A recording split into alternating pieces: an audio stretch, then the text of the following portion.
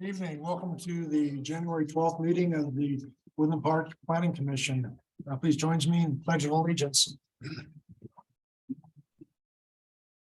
I pledge allegiance to the flag of the United States of America and to the republic for which it stands, one nation, under God, indivisible, with liberty and justice for all.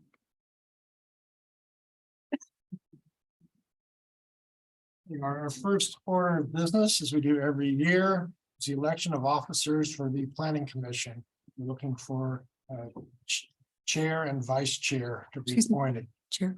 Point of information, chairperson, roll call. I'm jumping around here. Very good. Yes, please, before we vote on the commissioner. Chair Hartsfield, Here. Vice Chair Brown, Here. Commissioner Harvey, Here. Commissioner Kennedy, Here.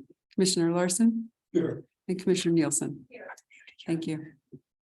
And then if you don't mind, I'd actually like to take a moment to introduce our new planner on staff, our new senior planner, CJ Gates. Welcome. It's been a long year and we're very excited to have him join our team. And he's being a very good sport about all kinds of things. They told you you're locked in, you're not allowed to leave right away, right? Yeah, that's what I've been Okay, told. okay. Yeah, that's what I've been told. Daily. We have Daily, oh, okay. I'm happy to be here. So Very glad to have you. thank you. Thank you. Then we'll go on to the election of officers.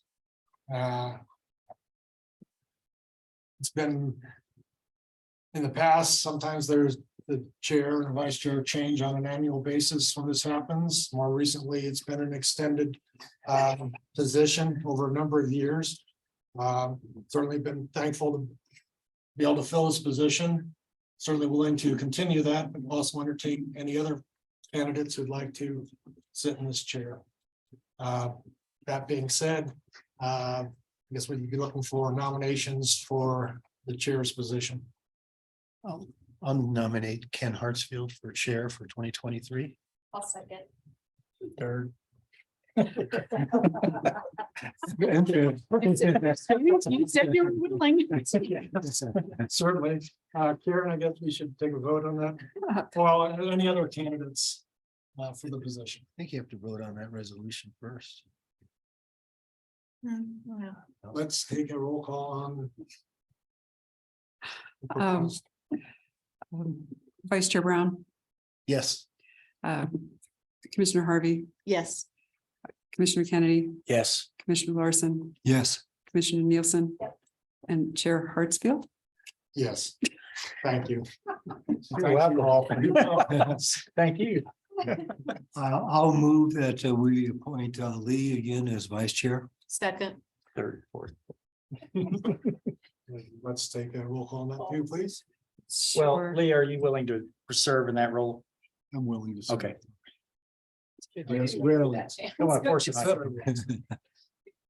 Okay, Commissioner Harvey, Yes. Commissioner Kennedy, Yes. Commissioner Larson, Yes. Commissioner Nielsen, Yes. Chair Hartsfield, Yes, and Yes. Commissioner Brown. thank you, Lee. Takes us to approval of minutes. We have two to approve tonight. The first being from September 22nd of 2022. Any corrections or comments? Not on the 22nd. Excuse me. I move we approve the minutes as proposed for September 22nd. All in favor? Aye. Aye. Any opposed? No. And we'll move on to September 29th. I did have a. And you might have some comments, Mr. Brown? Well, one general one, just because this is maybe a particular interest in me, the continuing matter of interest.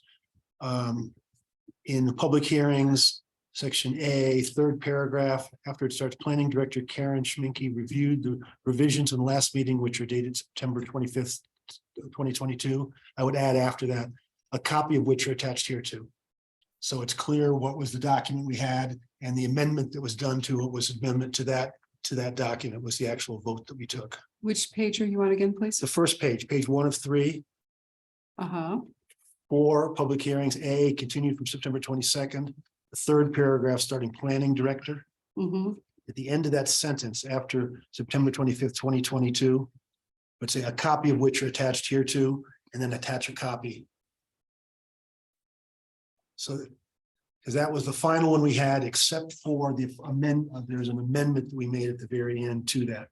So that would clarify, make sure it's clear what the document was that the planning commission Okay. recommended. So just to mirror back, planning director Karen Schmink reviewed the revisions from the last meeting, which are dated September 25th, 2022, a copy of which is attached here too. Correct, and then attach a copy. Okay, People have other items.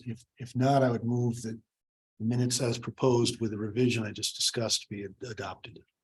Second that with the revisions. and the copy that I'm attaching here too is the ordinance, correct? Yeah, it's a September 25th ordinance as we had it at our last meeting and was approved subject to the. And it'll be apparent at the minutes that there was a final revision to that. Okay, so I'd actually like to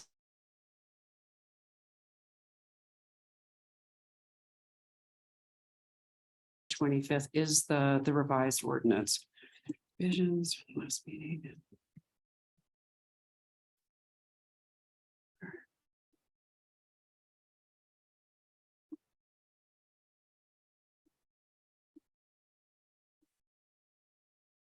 Okay, so what I added.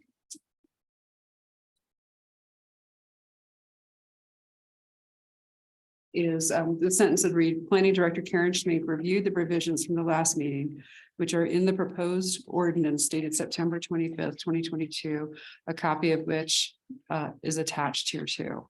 Correct. Okay, Agree to those amendments from Karen. Yeah, I move that we adopt the resolution as presented with the revision Karen just read. And I'll second that stuff. Okay, all in favor? Aye. Any opposed? No, very good. Takes us to public hearings this evening. We have 2 items on the agenda. And we will go through a process where staff will make a presentation. Council, the commission may ask questions at that point. And we invite the applicant to come up and make a presentation or respond to comments at that point. Questions from commission would be asked. Then we'd move on to public hearing session where we take comments from the audience or if we have people on Zoom. Then we'll close those public comments and we'll move forward to discussion or possible further questions. Excuse me.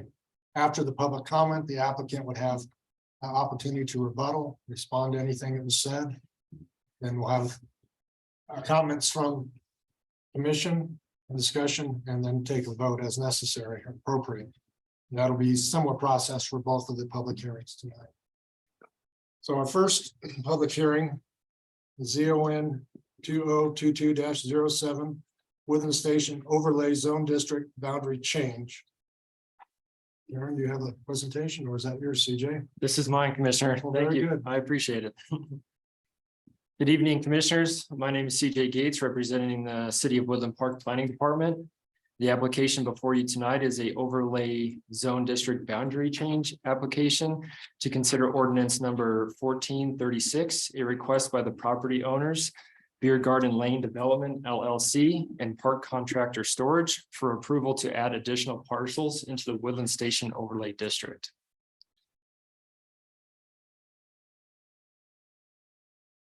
The subject properties in question are located in the heart of downtown Woodland Park, south of Midland Avenue and west of Southwest Street. The properties in question are zoned Central Business District. Per Municipal Code Section 18.23.005. The purpose of the Central Business District zone reads, land use activity in this category is intended for what is considered the downtown area of the city with associated commercial activity that can be accessed by pedestrians as well as motoring public. Density is considered high and design issues related to non-street US highway corridor improvements, including efficient off-street parking, landscaping and pedestrian mobility to and from local businesses. Residential activity is appropriate in this area, particularly at the second or third story levels, above offices or commercial shops. The overall appearance and function of the development within the Woodland Station Overlay District is to be compatible with any existing structures in the area and the community's general mountain historic environment, and to be in harmony within the character of Woodland Park. In addition, resolution number 677 was passed to provide design guidelines within the boundary of the Woodland Station mixed-use development. Per municipal code section 18.31.010A, the purpose of the Woodland Station Overlay District regulations is to promote important community qualities within the Woodland Station Overlay District by allowing flexibility in applying the central business district standards and the design standards contained in this section to help achieve desired attributes. Flexibility may be allowed with respect to scale, mass, architecture design, and overall site design. Require future development within the Woodland Station Overlay District to be designed in a manner that will protect and promote the character and sense of this criteria. Allow for a variety of design while still protecting the character of the area. The benefits for inclusion in the overlay district are many. Chapter 18.31 allows the developer to submit a site plan for administrative review for all uses within the CBD district, including those uses categorized as conditional uses, such as residential occupancies. The developer is allowed to propose parking ratios, setbacks, and height standards. The purpose of the overlay district is to allow for flexibility in applying for the CBD standards and create a village-like character that is pedestrian-friendly and vibrant business environment. On the current slide, you will see how the Woodland Station Overlay District is currently laid out in the red line.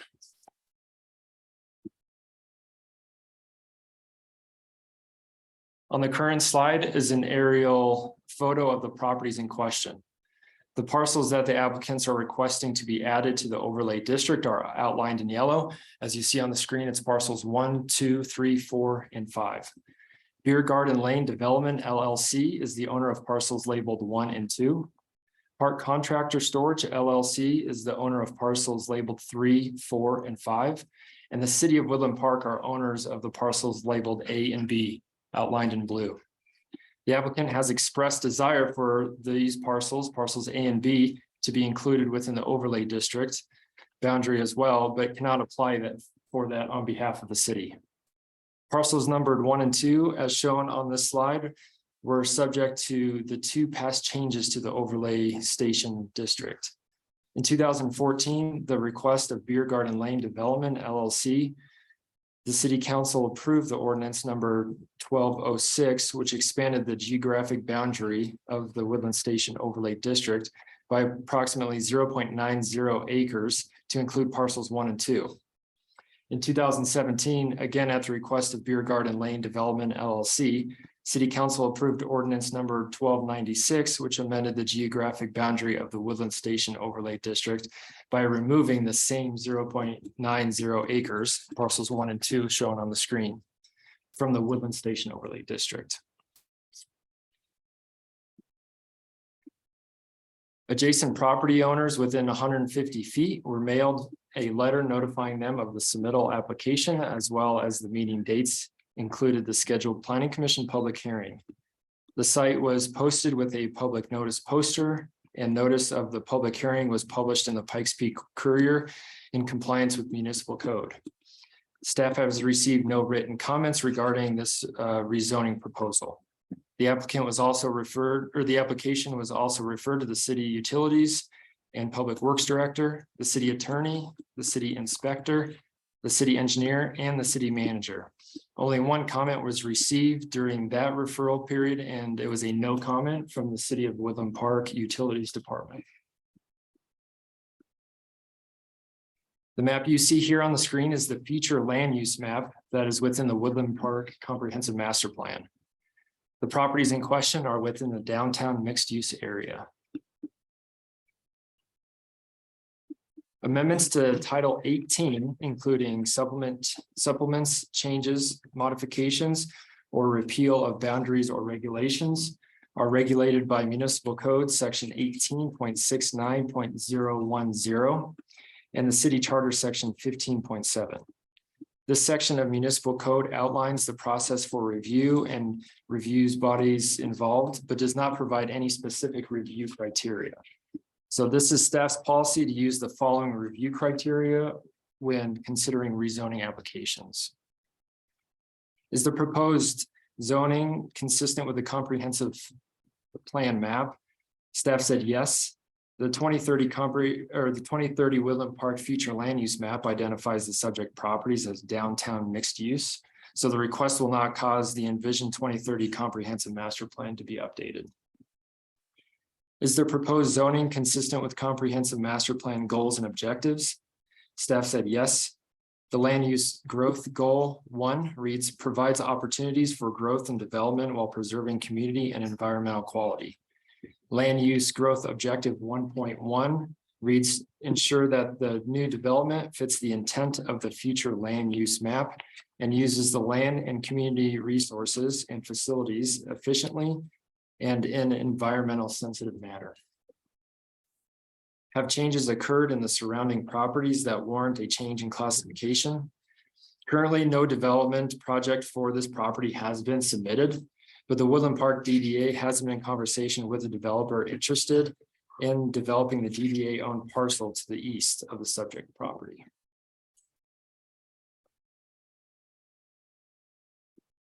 Is the addition of the Woodland Station Overlay District, I apologize, Commissioner, just lost my place here. Is the addition of the Woodland Station Overlay District appropriate at this location? Staff said yes. The subject property is continuous with the current boundary of the overlay district. And additionally, 2 of the parcels in question were previously included within the overlay district. Can this rezone be served with planned water resources?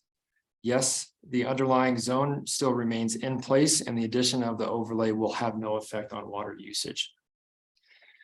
Can this rezoning be served with wastewater treatment resources? Yes. The wastewater treatment capacity to serve the proposed zone change is available and adequate for present and future needs. Based on the rezoning analysis, staff found the application was reasonable, logical, and met the requirements of staff's analysis. Staff's recommendation to the Planning Commission is to move to recommend approval of ordinance 1436 series 2023 to expand the Woodland Station overlay boundary by adding the additional parcels to the zoning overlay area. On this slide, outlined in red would potentially be the new Woodland Station overlay district boundary if ultimately the city council approves this ordinance. Just want to thank you, commissioners. I'm here for any questions if you may have any. Any comments or questions from the commission at this point? I have a question for you, CJ. I noticed there was 2 parcels that were owned by the city. That's correct, sir. Did the city actively investigate whether or not that was logical for those parcels to be included? As from a staff level, we have talked about it. Ultimately, that would be up to the planning commission to either make a recommendation to city council to add these 2 parcels. And then ultimately it'd just be up to the city council to, approve that or not. So To make the decision to be. yeah, to include these within the overlay district boundary or keep them how they are. Okay. Would it be appropriate to consider that tonight as an amendment? My belief is yes. I don't know that we've got any legal issues doing that. And Lena, I saw Nina's online, our city attorney. So I don't know if there's an issue there legally. I would wish for it not to be part of this public hearing, and then just maybe at the end of the meeting, you could make a recommendation to staff to pursue that and keep them separate. So that would be a separate public hearing, you're saying? Or could they just amend the ordinance to include those parcels? we probably should do a separate, I'm not sure if it should be a public hearing, but it definitely should be a separate matter, and then we'll see if it needs to come to public hearing. Okay, As we're an advisory commission, as the city made a request or indicated. City manager or council made a request to incorporate these into this zone. no, they have not. The city manager is not. So this evening, as an advisory body, we could make the recommendation for the city council to consider that in their first posting. If in fact we approve this. Or can we add it? I think we should put that separate, because we're talking about like what has been noticed in front of us for a particular public hearing. At the end of the meeting, you guys can make a direction for staff to start that process. I think that would be best. You'd have to So have a new public hearing then. I Yeah, guess. so when you say start that process, you're suggesting that we notice another public hearing in front of the planning commission for those two pieces. If that's what the city ultimately, as the applicant wants to do, yeah. City should make an application for us to proceed on that, in my opinion. Yeah, I don't think we should start the matter independently if the owner doesn't ask us, being But the in this city? particular, the owner being the city. yeah, okay. I would say you guys, my opinion as the planning director is that you have the ability to make a separate motion at the end of this item that says, staff, we would like to see this come through as a rezoning request or proposal. Okay. So,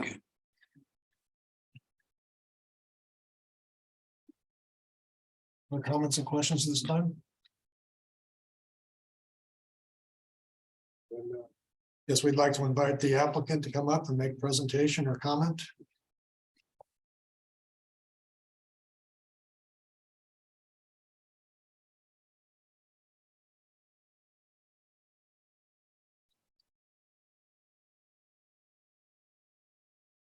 I'm Martin Weatherford. I live at 1191 Rampart Range in Woodland Park. I represent both entities applying today. I have no presentation. Very happy with the staff's presentation. So any questions? I'm here to. Yes.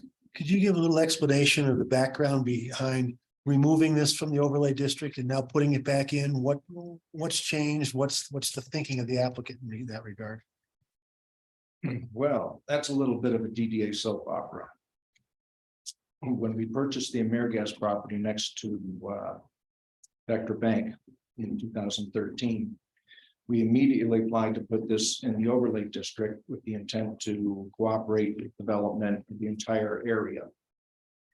And a few years later, as it unfolded, we weren't treated so well by the DDA at that time. You may or may not know I sued the DDA over that and won. And then at that time, we applied to remove ourselves from that.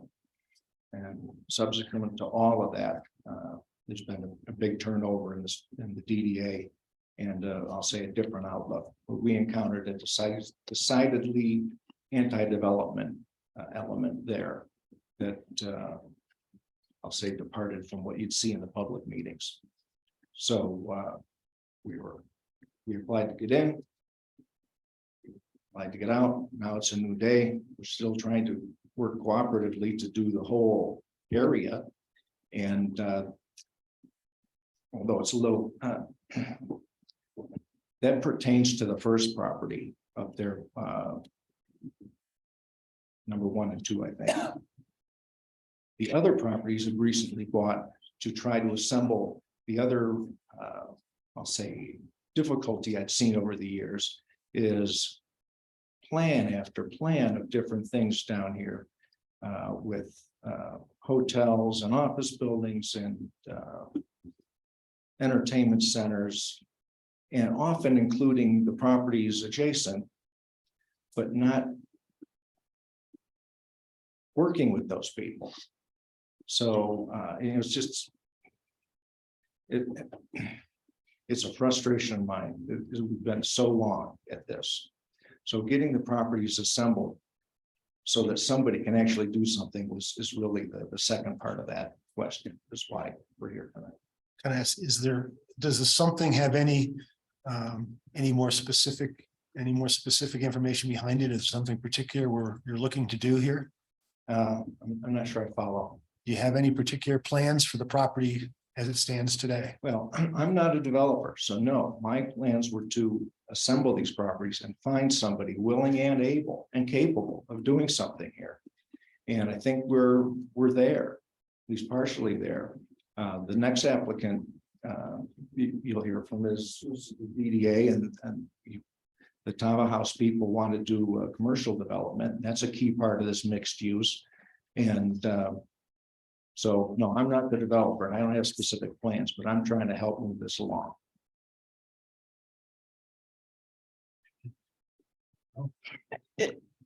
Arden, what are the advantages for being incorporated back into that overlay for any developer, not for you as the property owner, but what is the advantage for a developer?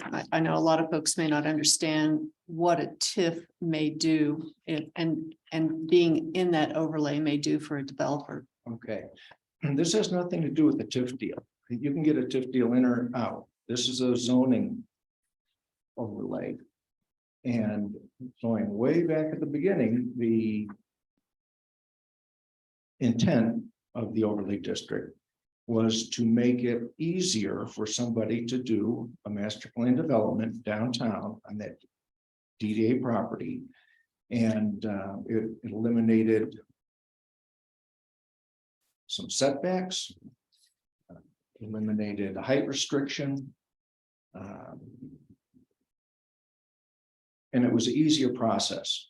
So at the very beginning, the intent was to make it a little more streamlined and one set of rules for somebody to come in and do that. With what we're trying to accomplish here tonight is on one side of the fence, you've got to zone this, on the other side of the fence, you've got to zone that. And it makes it virtually impossible for somebody to come in and try to make a plan with different sets of rules on each side of the fence. So I hope that answers the question. It does. So it streamlines it and it eliminates some of the existing design restrictions of the city of Woodland Park. And it would allow that property to fall under the overlay design standards and requirements, correct? Yes. Okay. And it really has nothing to do with you as the property owner. It has to do more with attracting a developer for that entire parcel of property. Exactly. Okay. As a member of the DDA, would you have to recuse yourself if a developer came in and? I've already been doing that. Everything related to the Tava House people and the satellite and David Mars and myself have recused ourselves. Okay, thank you.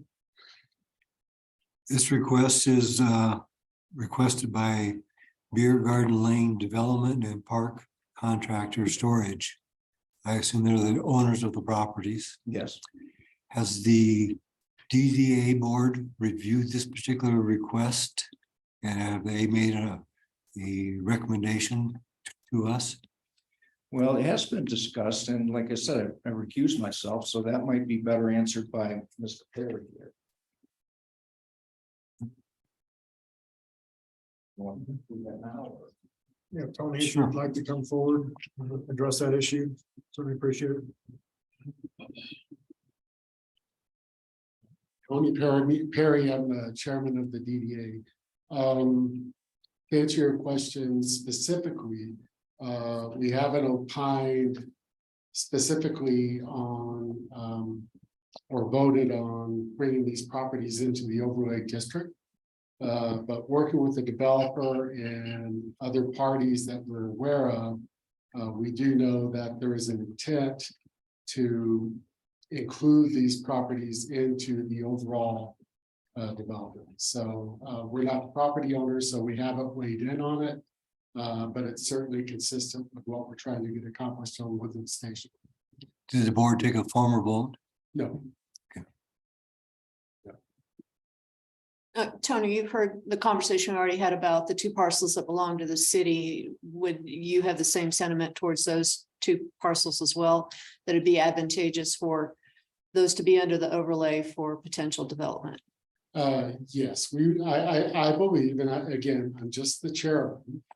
Just But the in discussions, chairperson, in discussions, we are aware that, there are advantages, to bringing that into the district as well. We do have other discussions going on with respect to Bergstrom Park itself and how that plays into the overall development, but I think that's for the city to request as your suggesting, but I suspect the DDA would support that 100%. Anything else for Mr. Perry? All right, thank you. Any further questions for the applicant? Oh, seeing none at this point, I guess we'd open the public hearing. Anybody in the audience wanting to come forward? David, do we have anybody sign up?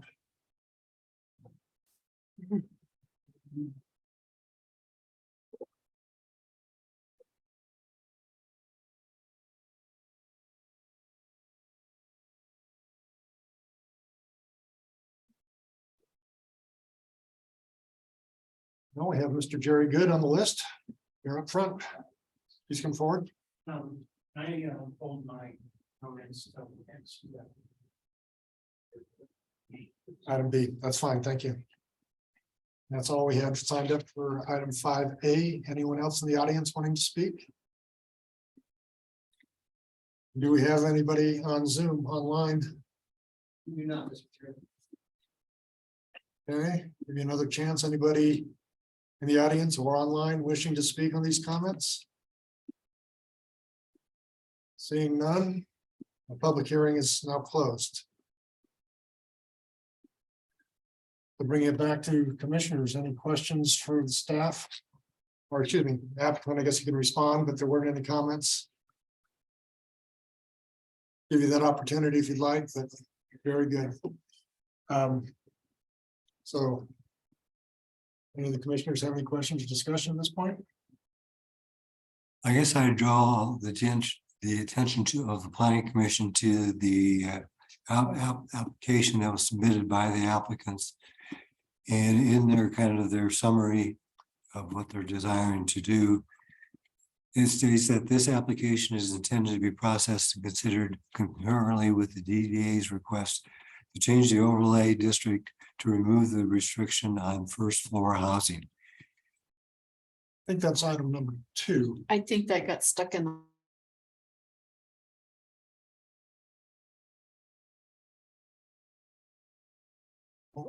Okay, because I saw with the package here and I thought, well, wait a minute. I believe that's item is it 5B. Is it worth clarifying that the applicant wishes to proceed, whether or not that is a change is adopted? Because it sounded like they're doing, you're right, there's a reference, it sounded like they're supposed to be a package, both go together. Mhm. Karen, are these a combined issue? I consider them two different applications. You have two different sets of applicants. Okay. Given the fact that you've got the overlay zone, the first item here in front of you is the boundary change. And the second one really is a very specific amendment to the regulations themselves. And, you know, this applicant may have an interest in how the second item gets resolved. But, you know, his items at first, there's no guarantee in terms of what that looks like or, you know, any other future amendments. You know, my interpretation was that may have been part of consideration for the applicant on the first item on our agenda, but it's really not germane to the inclusion of new property into the overlay. But the applicant has desired that they go together. Then the applicant should speak on the second agenda item and make that clear. My interpretation was it just got placed in the wrong place, but I may be wrong. That's just part of what the applicant turned in. Okay. So So we're looking at the extension of the zone of the overlay, not the The boundary change restrictions, is what the you're looking boundaries, at. yes. If this, to help differentiate, this is a quasi judicial item, since this deals with specific pieces of property. The change within the municipal code is legislative. So they're also very different types of applications when it comes to the technicalities of what they are. Karen, should we make that very clear in any motion that we make, that our consideration of the restriction of prohibiting first floor housing is not part of this decision that we're about to make? It's only part of the second decision that we'll consider, since it got stuck in this application. It was on the applicant's request, correct? Mhm. I think. Clear, we were just modifying. There's two separate issues in my mind. I don't think we need. It is, yeah, I just don't want that to come back and I don't think it will. This whole item was noticed and reviewed specifically as a boundary change. It was, the application request wasn't, this one is not the text amendment request. can we ask the applicant if he understands that? I would clarify, we'd invite you to come back up and address that issue, please. Yeah, I understand these are two separate issues. Okay. So I want to make sure that it's understood that I'm fully supporting the next issue. Because these are linked together and trying to assemble this Mhm. package. Very good, thank you. Well, any comments or discussion?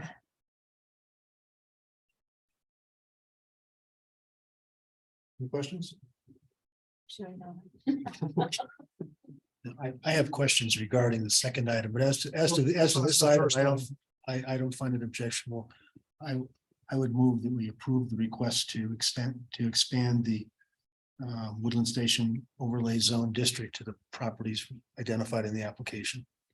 Second, Is that worded satisfactorily, Karen?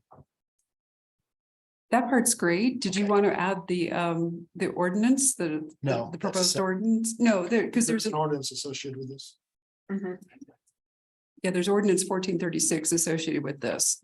That's ultimately the legal mechanism that would eventually affect the boundary change. Okay. So your preamble is great. All right, I would 1252. I would supplement my motion by adding, we also approve the draft ordinance 1252. How about 1436? 1436. It did get mentioned in the paragraph, which it Sorry. normally does, so you're right, that it's missing from our normal readback, but. My apologies on that. We're working the bugs out with the new guy, and I'll own that one. I throw him under the bus. But I'll own that. No, you gotta make it easy for us. Yeah. I didn't catch that. My apologies. Who seconded that motion? Sean did. And you're agreeable to the modifications? Karen, let's take a roll call vote, please. Okay. Commissioner Larson, yes. Commissioner Nielsen, Yes. Chair Hartsfield, Yes, Vice Chair Brown, Yes. Commissioner Harvey, Yes, and Commissioner Kennedy. Yes. okay, very good. Carries unanimously.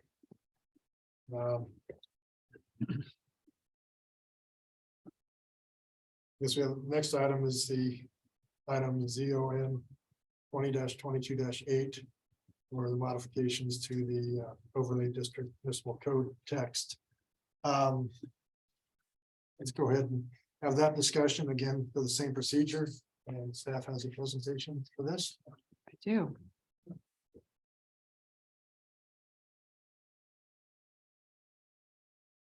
Had a month off and I'm like gotten rusty here, so bear with me.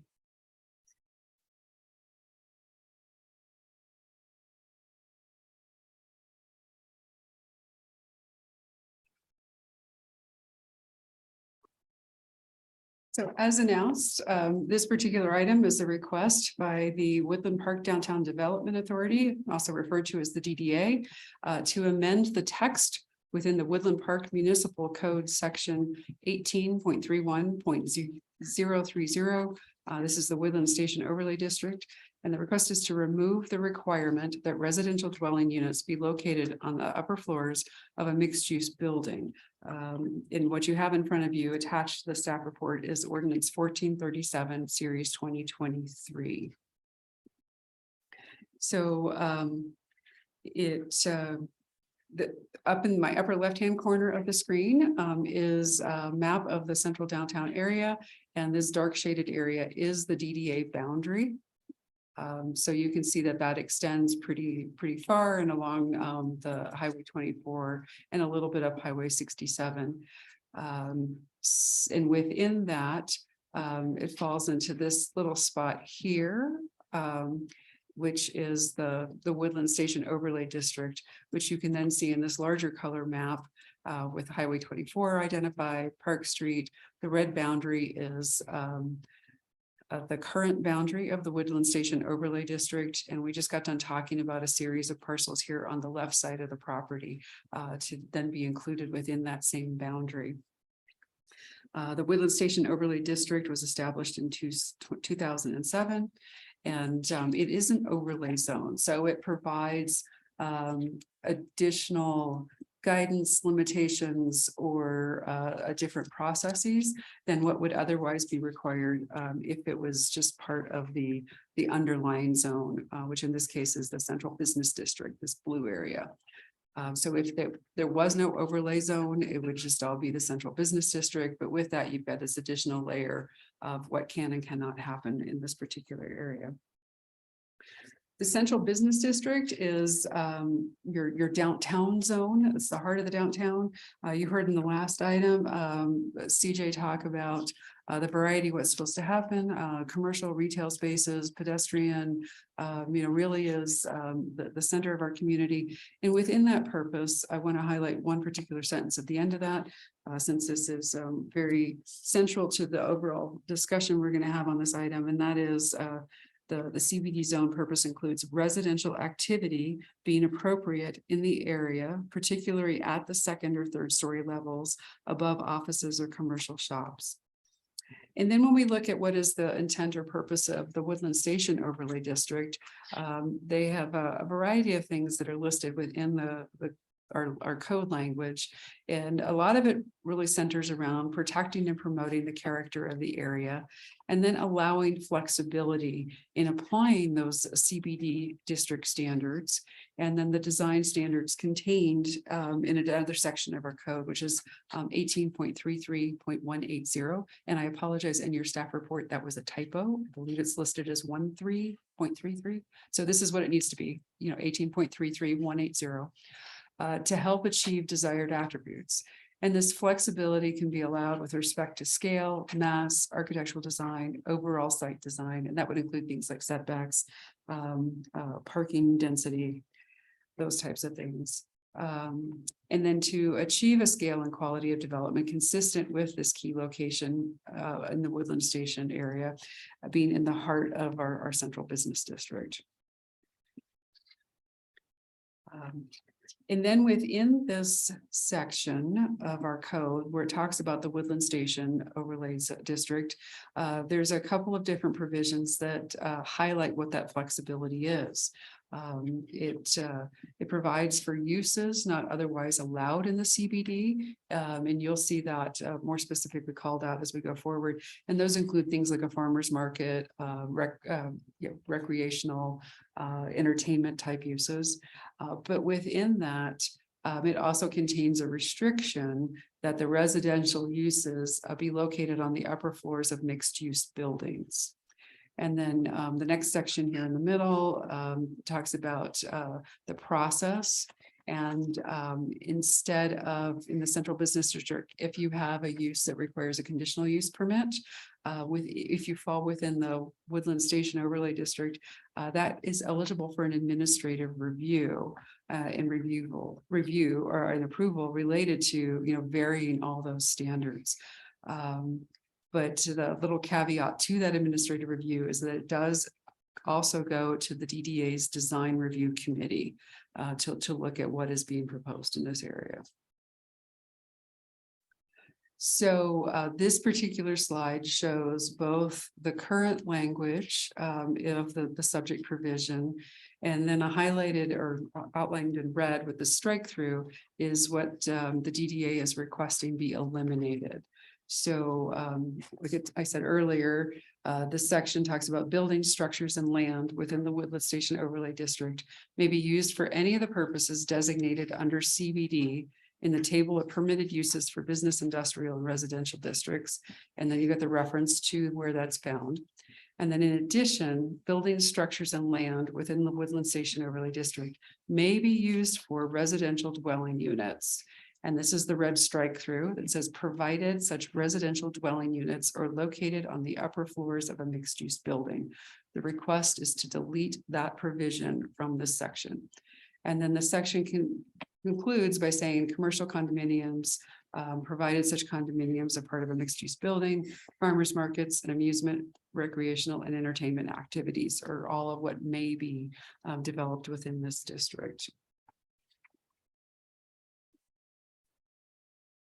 When the application materials, you'll see the DDA presented their justification saying that this change is necessary to allow the right mix of commercial and residential on the Woodland Station property. So when we talk about the central business district in the downtown and how mixed uses fall within central business district, the CBD is often the main economic or one of the main economic engines for the community. And there tends to be a fair amount of density within that particular area. And so you've got my very bad equation here that you've got commercial and retail on the ground floor. And then you add to that upper floor residential. And when you put those two things together, that's what gets you to a more traditional mixed use combination. And the objective or the desired result is that this is seen as enhancing economic vitality in the whole area. And the way the city's regulations are written, they currently support this particular approach. Because you see it very clearly laid out in the intent and then within the overlay district's language emphasizing that desire for upper floor residential. This slide is an excerpt from that use table that was referenced previously, and this focuses on just the variety of residential use types that we have in that use table here in the city of Woodland Park. And then exactly how they're listed and what's allowed within the central business district. So you've got multifamily dwelling units. Those are typically condos or townhouses where you've got 3 or more units attached. And this particular line references when they really are set up for single ownership type units. That requires a conditional use permit in the CBD. Apartment buildings on a single lot is also a conditional use permit. And then there's this an interesting provision to me as a planner where it says 1 or 2 dwelling units like a duplex or single family home per existing platted lot within a single structure in the commercial zone of either neighborhood commercial, community commercial, or the central business district commercial zones. Subject to, that's a change in use process that's referenced there. That's permitted conditionally, which means you can do that in the zone, provided you meet certain conditions, which is really just following that change in use process. And then associated with single family homes, our regulations allow for accessory dwelling units, which are also added in here as permitted conditionally. This is I believe this was I was not here, but I believe this was an attempt to allow certain legacy kind of parcels, very small parcels and area, the central business district zoning around the Woodland Station property to be able to get a single family home on there, or they had a very small structure that had historically been one, was then used for a business, want to take it back to a single family home. I believe and speculate that that was a lot of what that was about. It's not a mechanism by which, okay, let's plat all this on these small lots. Now I've got existing lots. Now let's bring in single family homes. I don't see that as being the desired approach or objective around that. Just to be clear on that point, we're not sure, right? I don't have the history. Yeah, that's my speculation because I've not to blanket permit single family homes in your central business district can undermine the commercial activity integrity that you're typically trying to develop and entice in that area, which is why you see a trend more toward or desire and push more towards mixed use buildings. Or sometimes more dense apartment buildings versus single family homes a lot of times take up pretty large space, relatively speaking. And Karen, all that came about at the time of the Tamarack Village, small village homes process and application. And it was kind of a fix afterwards, and we needed to go back through there. And I can see this now that it doesn't really kind of fit with all zoning districts, where it was really intended to really be talking about manufacturing zones related to that particular issue. Okay, No, I'm sorry, not manufacturing zones, multifamily home. multifamily, yeah. So you're close. I'm not wrong that it's not typical.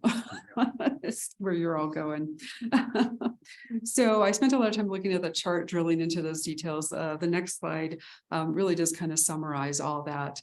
And it tries to reemphasize that point of the intent of the CBD when it talks about that zone district and residential activity. The intent talks about it being appropriate in this area, particularly at the second or third story levels above office or commercial places. And then again, the Woodland Station overlay district's limitation that residential units are desired, provided such residential dwelling units are located on upper floors of mixed use building. So as good planners, we like to look at our comp plan and what does that tell us we should be doing or thinking about in different areas and what do we want to see? And so our fairly recently adopted comp plan in this particular area, it falls in this central area of the slide, the overlay zone area. The future land use map says we want to see downtown mixed use in this area.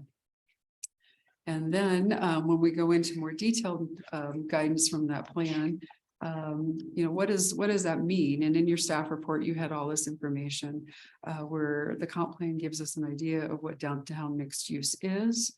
And it really does talk about the blending of uses within this area. And again, emphasizing character. And then there's another section in the plan that talks about a vision for development along Midland Avenue. And this is where it's a little bit more specific, where it said that residents would like to see Woodland Station area developed as a mixed use area that can support community events and fill in the currently vacant downtown areas. So unfortunately, there are no specifics for what mixed use is in the comprehensive plan or our city code. We do not have a definition.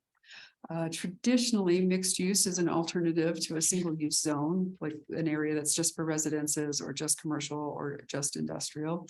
And this is typically and traditionally thought of as having street level retail and commercial uses with residential units above. Less common, and I think probably a more contemporary occurrence is when you see a horizontal mixed use, which tends to be over a much larger land area. And that has that intermingling of residential, commercial, and civic spaces within walking distance of each other. If you all are familiar with the area up in Lakewood, it's Belmar, I believe, that's been redeveloped. It used to be a mall. That's a great example that has actually both vertical as well as horizontal mixed use. But that actually was done on like 120 acres. So. And then within the comp plan, this is a larger view of the future land use map that indicates a couple of specific mixed use areas, A, B, and C. And this is where it does actually talk about and actually mention a horizontal mixed use. That these areas support a diversity of uses and they can be vertical mixed use or horizontal mixed use. So with this application, we followed all of our typical notice requirements with publication. Even though it's a legislative item, we went ahead and sent notices to property owners in the surrounding area. And then we did referrals to a number of agencies, but we did not receive any comments back, and we have not received any comments from anybody in the community. And similar to reviewing a legislative item, it's municipal code section 18.69.1 and then city charter section 15.7 that address how to make these kind of changes. And it provides process, but no criteria. Using the similar criteria that were viewed in the last application, is the proposed zoning code text amendment consistent with the comprehensive plan? And staff's finding was that the language amendment proposed by the DDA would eliminate the requirement for placing the residential units on upper floors of mixed-use buildings and would open the possible residential uses to those allowed elsewhere in that CBD zone. So that would be those things like townhomes, apartments, condos. And then if there were an existing platted lot, potentially a single family home or duplexes. And this could occur without the benefit of commercial uses in that same area. The next one is the proposed zoning text amendment consistent with the comp plan goals and objectives?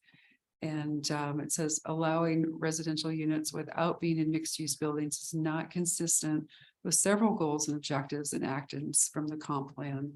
And there was listed because there was a couple of them that did talk about live work units and the desire for mixed use. So I guess one of those broad interpretations for you all tonight is whether or not a horizontal mixed use is potentially desirable or acceptable in this location. And then have changes occurred in the surrounding properties that warrant a change to the zoning regulations. And so currently there is no development application for the subject property, that's been submitted. The DDA is been in conversations with the developer interested in and who is actively working on applications to develop the DDA owned parcel in this Woodland Station overlay district. That proposal will likely include developing part of the land with commercial uses, and part of it's had included discussions about single family homes for what is being described as horizontal mixed use. And then if adopted, the proposed code language that the DDA has will not allow additional I'm sorry. Okay. If adopted, the proposed code language will allow those additional residential housing types. But those will still be limited to what's allowed in the CBD. It doesn't expand residential types to things like single family or manufactured or mobile homes. So, and then the last one is the proposed zoning code amendment appropriate for the Woodland Station overlay district. And so at a staff level, I do have concerns about completely eliminating the language that clearly addresses residential units over commercial development, and do not consider that advisable since it's this code section that clearly supports that type of mixed use. You don't see that show up in the use table. So staff is actually requesting or suggesting modifying that language so that that type of use is permissible instead of required. And so this lower part of the slide drills into what staff is suggesting. The verbiage in red is what the DDA had proposed eliminating. And the staff suggestion is just to eliminate the strikeout provision, but keep the red part that does still but keep the red part without the strikeout.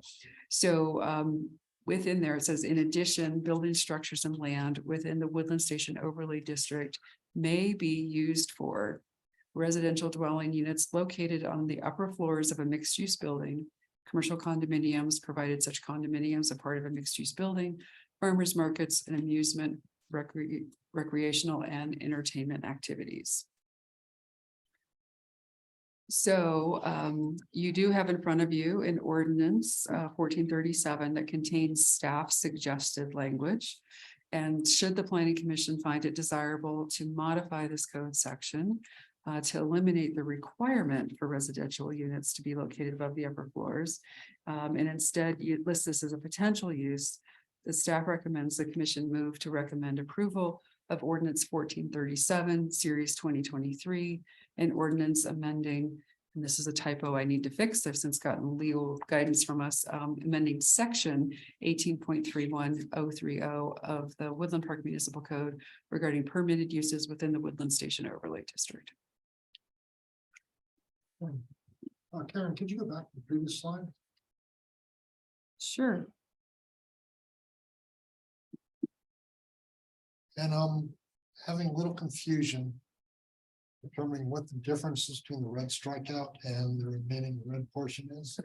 Everything in red is what the DDA was proposing be deleted from this section. So the red would be deleted on the DDA's proposal. Correct. And in the staff suggestion is just the provision that's struck here is what gets eliminated. But the red portion without the strikeout, keep that. So residential dwelling units located on the upper floors of a mixed use Yeah. building. Yeah, because when you look at this, years later versus when this was written, in terms of writing code, it's not great in its current form because it's set up with, I emphasized it here, underlining the word may. So it's permissive that yes, you may do all these different kinds of use, but within this first one, the residential units, it immediately puts in a restriction. And this is actually more limiting than what's allowed in the CBD, because within the CBD, you can have, townhouses, you can have condos, you can have apartment buildings. But this particular provision says, well, no, within the overlay, you're forced to doing upper level residential in a mixed use building. Those other residential use types that you could do elsewhere in the CBD, you cannot do in this area. We want you to do it this way instead. And so staff's recommending as presented here, so it would prohibit first floor residential units. No, Well, they would be permitted within apartment buildings or townhomes. It still doesn't get to a mixed use building with residential on the lower level. It would need to be an entire apartment building or townhouses. This, by leaving it like this, the may leaves it as the mixed use with the residential on the upper floors is clearly an option, since that does not show up in the use table as an option. Yeah, Karen, I was gonna leave this to our later discussion, but point Ken had is, I can't get over either, that's fine. Rick, the first part of the lane says building structures within the overlay district may be for any use permitted under the CBD district. And it says, in addition, you can have residential use, provided it's on a second floor, or residential use on a second floor. I don't understand the difference in meaning. It takes out, it uses a few less words, but I can't see it. If we were to adopt a change, the implication is we're making something substantive, and I don't see it. In addition, residential dwelling units located on upper floors. Okay. It's the same thing as saying residential units provided they're on upper floors. No, So- but it's permissive as opposed to required. Or I got it, but this is all in addition. Residential units on upper floors can be allowed, or residential units are provided they're on upper floors. It's the same thing. There's no, the meaning doesn't change, but it does for me at a staff level in administering this, because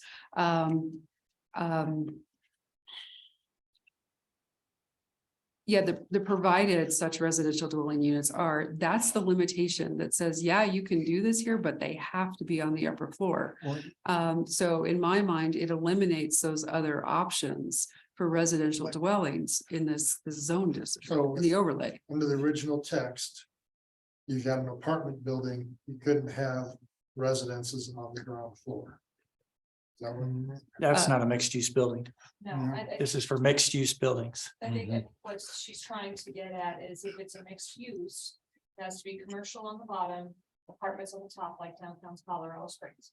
Or it has to be an apartment or something else, like off of the street. Is that what you're getting at essentially there? I would read either one to say, if you want to put residential in, it has to be on a second or third So I floor. think the. Both the original overlay is language being and your- more restrictive in the central business district to create that walkability, the mixed use options. So by leaving it as is, it eliminates apartments in the overlay district. And only allows basically commercial on the ground floor and residents above. You could not put a single family home or an apartment building Yeah. in this Yeah. district. And that was the original That intent. has to be both the original and your revised language, I think, both say that. So I would be reluctant to Yeah. take out the word just saying provide. Just the text you have, because it implies we're making some substantive change, and I can't identify what that change is. Okay. The first part of this section says. Building structures and land within the Woodland Station Overlay District may be used for any of the purposes designated under the CBD. And this next phrase is actually the name of the stupid table. It says the table of permitted uses for business, industrial and residential districts. Yeah. That's the name of the table. So in addition to that, then it gives you some clarifiers that building structures and land within the overlay zone district may be used for. And then it gives you these other uses, go skip past the red down to commercial condominiums. These uses down at the end of this are not in the use or in the use table, but are not permitted in the CBD otherwise if it weren't for this provision here. So this general provision says everything in the CBD you can do here plus these. But in the middle of this, you've got this language that says, but residential dwelling units, those instead need to be, they're permitted, provided those are located on upper floors of a mixed use building. So there's a restriction in the middle of something that's trying to expand and add additional uses. I wouldn't disagree. You could have written it the way you proposed revising it the first time, and it wouldn't be much different than the current one now. But this is editing when I don't see the substantive change. If it just lists residential dwelling units, our use table doesn't include mixed use buildings. So if somebody comes in and says, hey, I want to do a mixed use building, that's not in that use table. Yeah, but it is in the overlay district. It's a residential dwelling units if it has. If the residences are on the second and third floors. Only because of this language here, so. Exactly, but my point I'm making is the strikeout you put in doesn't change me with it in or with it out. It says the same thing. I see that as restrictive. The strikeout, provided such residential units are. But if we struck the whole thing, like they were suggesting it, Well, that would be different. That would be that would be the policy change. Well, that, like I said, eliminates the option of mixed use.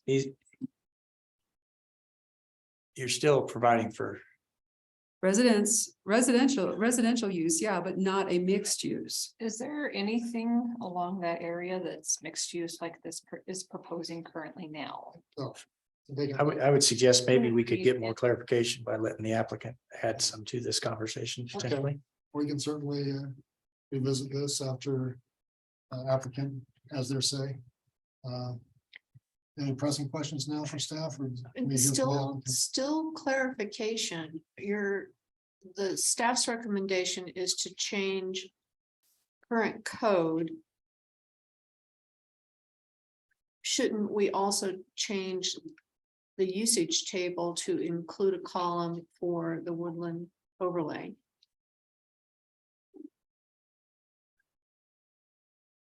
That's one way to set that up. It wasn't. That's not how the code's currently structured. we've got a project this year that we could look at doing. Taking language Yeah, out of I the know. text and putting it in the table if we really, if we wanted to do that. I know that's Yeah. coming, but again, in my mind, what you're trying to change or allow or to eliminate a prohibition is verbiage only. And am I understanding it correctly that you're saying in a mixed use building, you may have residential units on a second floor? Would you also be saying you may have them on the ground floor of a mixed use building? Or is that prohibition still, I see that Inherent. prohibition is still there. the prohibition is still there with this wording? Yes, That's what I needed to understand. yeah. Yeah, although, all right, we should wait till the, yeah, Mhm. there's more on this. Well, Mr. Perry, if you'd like to come up and as the applicant and tell us what would you like? Thank you, Chair Hartsfield and Commission. Okay, so I'm gonna apologize in advance. I'm gonna really try to be succinct as possible, but give you probably a lot of information. I thought this was kind of like the first reading, like I see at council. I didn't know you were deciding tonight, so, but I think we can still hopefully make the case. So looking at the last slide with the proposals from staff, and thank you, Ms. Schminke, because this was a lot of work. With the commission indulge me to give, so first of all, to make it clear, as the chair of the DDA, my position on these things is that as chair today, our current DDA board is responsible for all previous DDA boards back to 2002. So we take responsibility for that one. Will the chair indulge a little bit of time to do a little bit of history on DDA and then a little bit of history?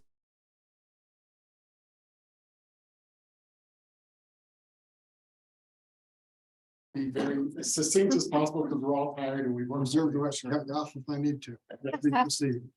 Yeah, been at the bank since 6, so I get it. So, so first of all, again, thank you, Ms. Schminke, for your work. It is an interesting dilemma. So, the DDA is a quasi-governmental entity that was formed in 2002, and ostensibly it was formed to address what some consider the issue with our city charter. Our city charter does not allow the city to incent private businesses or businesses in any way, shape, or form. And so by implementing the DDA in 2002, they found a way to create a district, which basically the district has funds which are taken away from other entities such as the fire protection district, the ambulance service, and other taxing authorities. So we do get those mills, and it's typically from the delta of any improvements within the district over time. So won't go into that detail, but suffice it to say, previous city manager Mark Fitzgerald, I've been here since 2000, just for context. Previous manager Mark Fitzgerald had a vision for taking the old Saddle Club property, which is now called Woodland Station, and turning it into the center of vibrancy within the city of Woodland Park. And I actually attended the first meeting where they brought in at that time the 12 high-flying developers in town. I won't mention them, but they were, all of them were stout. Most of them aren't around anymore, by the way. What's interesting is they took this 6.3 acres and basically created this vision of subdividing it into 12 commercial buildings. And they all sat around and picked out their spot anywhere from a bank to a theater to all kinds of, all commercial, by the way. And the deal at that time was if you commit to building on this property, and all of them signed up for their parcel, they drew really pretty pictures, which are on the record. If you build on this property, you will get the land for zero cost, and the DDA will benefit because, and the city will benefit because any building you put on that will generate more tax base. Okay, so they were gonna give them the land and a TIF deal. And this was prior to 2008, the crisis, the last crisis. What's interesting is Joe Napoleon had them riled up, had the pretty pictures, looked good on paper. And then he asked them to sign on the dotted line and 0 of 12 committed. Okay, so that's kind of the first kind of indication that maybe this property has some issues. I'll fast forward a little bit. In 2010, we had a realtor come through town from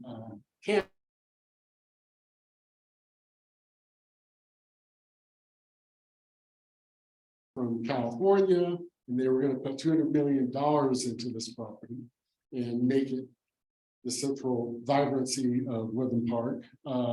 He also convinced most commercial building owners in town that he could sell their property at a premium. And as far as I know, he got 2 building sales accomplished, and it wasn't because of him. So, so it's been a challenging property. There are some warts on it. No, by the way, we have we have 4 DDA board members here tonight, including Mr. Good, Mr. Canopy, Mr. Weatherford. We also have the TAVA group, which I'll refer to in a minute, representatives. So there's been a lot of work put in by every DDA board to try to figure out what to do with this property. Finally, one of the boards led by Mr. Dale Stinker, formerly of Vector Bank, he was the chair of the DDA. They wanted to get something going, and so they agreed to the sale of Woodland, of what's considered Lot 1 to Woodland Hardware. And so that's Woodland Hardware is technically part of the original Woodland Station property. So let's fast forward to last year. Well, let's go back a little bit. About 3 years ago, approximately 2019, the TAVA group came forward and were interested in acquiring a lot, basically up near Bergstrom Park, where the current Manitou railroad car sits. They were working with the DDA to possibly acquire that for all kinds of reasons. That didn't happen. Thank you. You could tell. Thank you. For all kinds of reasons that didn't happen, not germane. And then last year, they stepped forward again, and they really wanted to be in the downtown. They wanted to create something special there. The TAVA group, all the owners are all local investors.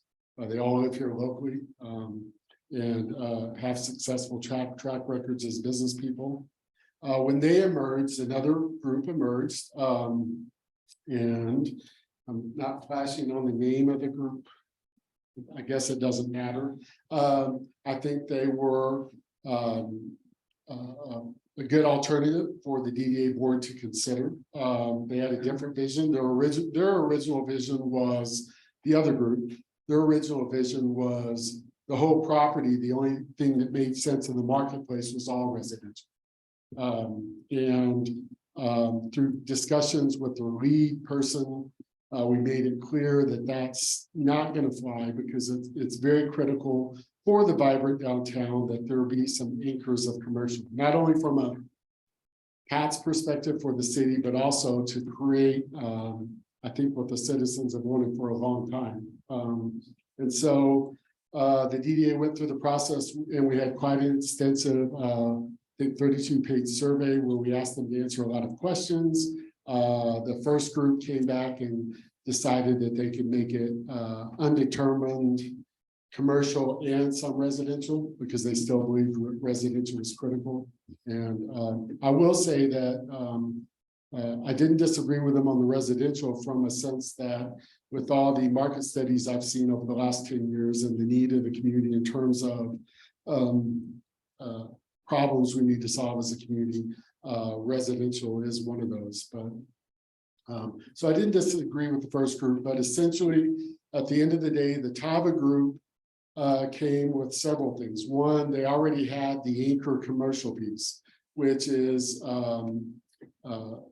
They call it the Tava Restaurant, and it's basically a combination of a fine dining restaurant, a tavern, part of the restaurant that's located in the property.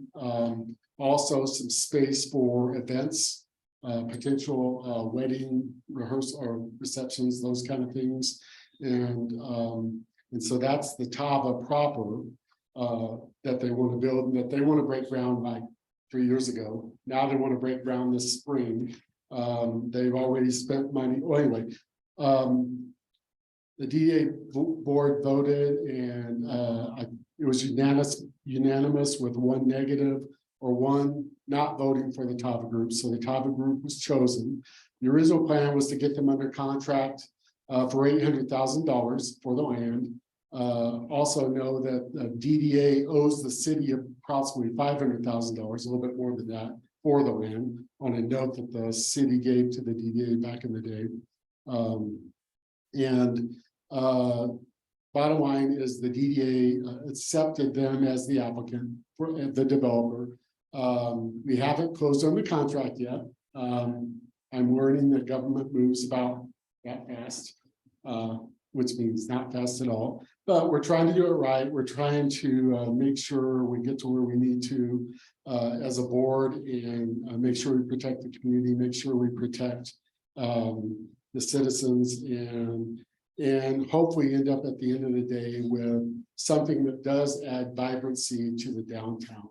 The DDA meeting Tuesday, we've gone back and forth with the applicant.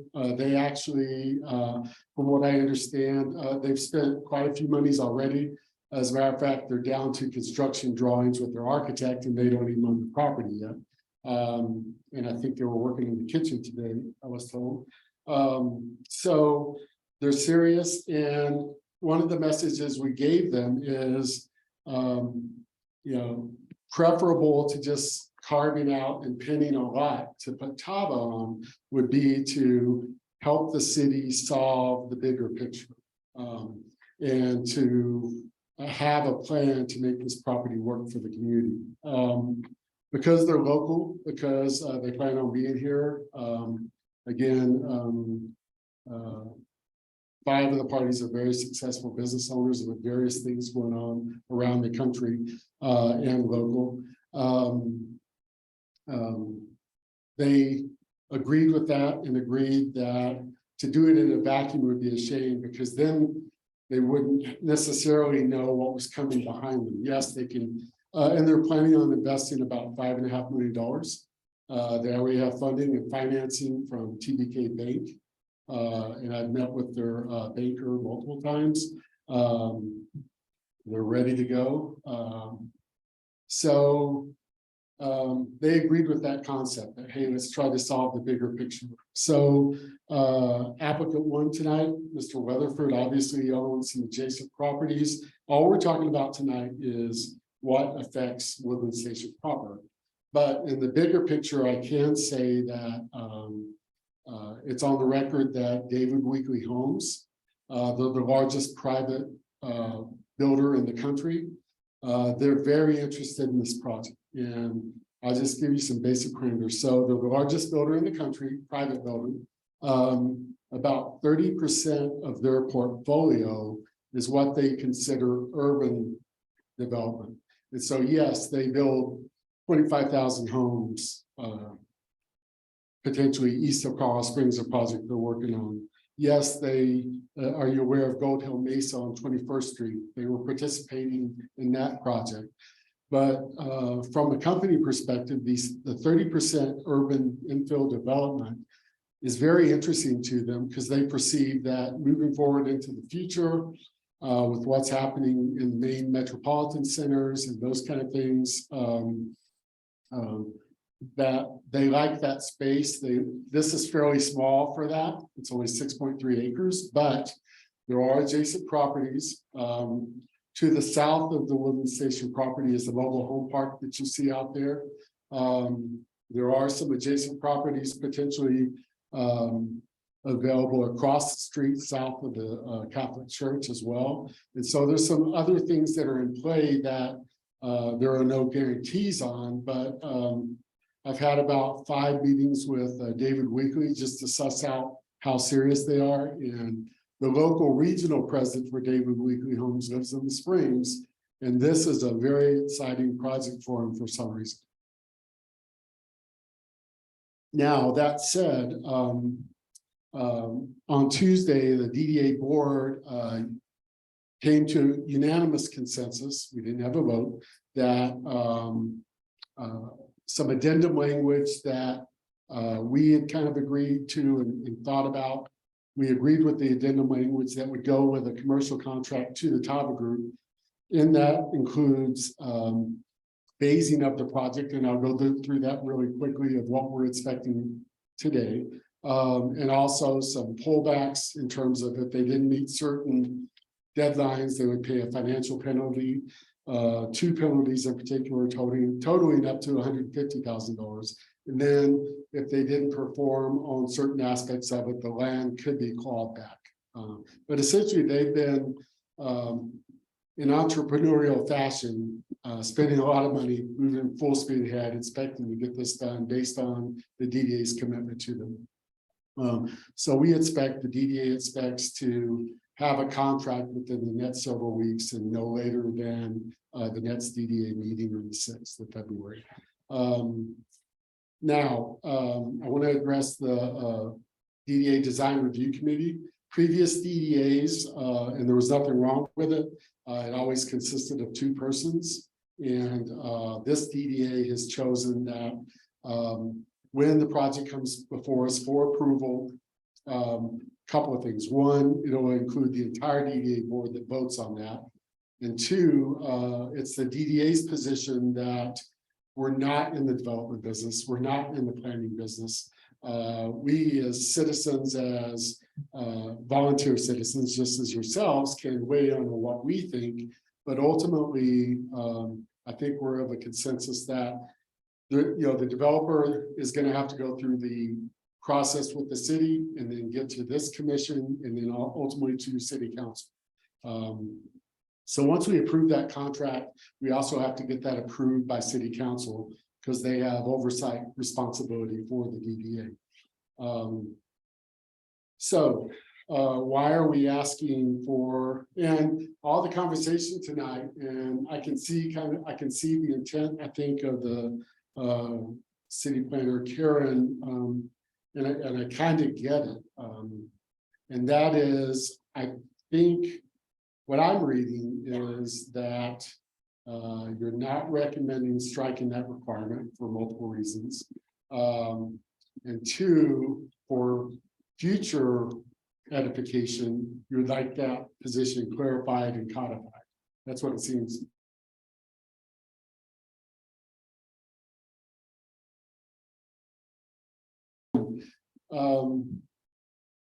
Right now, the contract we're about to do with the Tava Group includes 4 stages. Stage 1 is basically the Tava property itself, the Tava restaurant, because they want to break ground right away. They want to be open ambitiously spring of 2024. And I will say that some of the parties have a track record of being able to pull off those kind of ambitious pursuits. 2, phase 2 includes below the Tava property. They want to create a kind of a plaza which is surrounded by commercial buildings. And in that plaza, that would be open for music events, different kinds of things that's mentioned in the comprehensive plan, and make it a space for just central activity within Woodland Station. One of the cool things I think I've seen on the plans is that on the buildings to the south of the plaza, they're envisioning kind of the plaza extended over the roof of the commercial spaces to not only get a bit more area but also to kind of make it a cool kind of presentation, if you will. Phase 3 mainly consists of additional infrastructure that's required. The city has made it clear during the SMART meetings that the DDA has attended with the applicant that, or the future applicant that, there are some infrastructure issues over there, some of them that the city needs to resolve anyway. And so the city's excited if this moves forward. I shouldn't say excited, it's probably a strong word for the city, but if this moves forward, phase 3 would include putting additional infrastructure in that's needed for the property, but also solve some of the upstream ills, if you will, that the city needs to address at some point anyway. A couple of other warts on the property, if you go and walk the property towards the mobile home park, you'll see a big drainage ditch and culvert. That is actually Fountain Creek drainage. The headwaters are actually a little further upstream from that. Some people have, I think, incorrectly assumed that was the headwater, but it isn't. But there's not much you can do with it. One thing to know about David Weekly that's getting Dustin excited about the project is whatever product they put in to phase 4 would be below the road that cuts in front of the hardware store, if you can picture that. Phase 4 is below that, and that's where there's the potential for residential. And David Weekly is really big. They have aspirations. They do want to make it walkable. Yes, there is residential built in there, but frankly, if they fill in the drainage ditch, that area over that's going to be a clear walkway, and they envision other walkability, riding bikes, those kind of things through the property into the downtown area, over to Taba, into the plaza. And they also have visions of tying it in to Fountain Creek Trail. So they have a bigger picture. It's premature to, I hesitate to talk about it, but it truly is in motion and has been serious discussion. But it all begins here. I guess after listening to the presentation, we may have submitted maybe the wrong request, because what we did was basically strike the requirement for residential being on second and third floor, when in fact I've heard from Taba that they're not averse to some of the commercial buildings having residential on them as well. So I guess I would say the preferable position, I think, would be to strike the requirement, but leave it open for the possibility, I guess is how I would frame that. So a lot of moving parts. We will get this under contract. I think depending on this decision, probably impacts phase 4, whether the drainage ditch is ever dealt with, whether, how should I put this? For David Weekly, who has a big checkbook, the adjacent properties, and there's quite a few adjacent properties, and I don't want to name them all specifically, they're all in play for being part of beyond the 6.3 acres, okay? And that's important because when we're talking about really building out the downtown area and making it interesting and not what it is today, no offense to the current piece of dirt, that's an exciting possibility that if commercial is required on the first floor to have residential, any residential builder is probably in our area, in our community on 6.3 acres is going to be out of play. So that dirt will probably sit there unless in the future we can find a way to get some more commercial on it, which I'm the president of a local community bank. I've also done a private development that's very significant that I personally led. I will say my opinion is the only way this property works is horizontal mixed use. And I'm going to argue that even though it's less common, that horizontal mixed use would include commercial and then residential on phase 4. And although this isn't, 200 acres or it's not the old Stapleton Airport, I think for Woodland Park, it will work. I think any additional, you're starting to see scrape and builds I'm sure through this commission. I haven't been to this meeting for a long time, but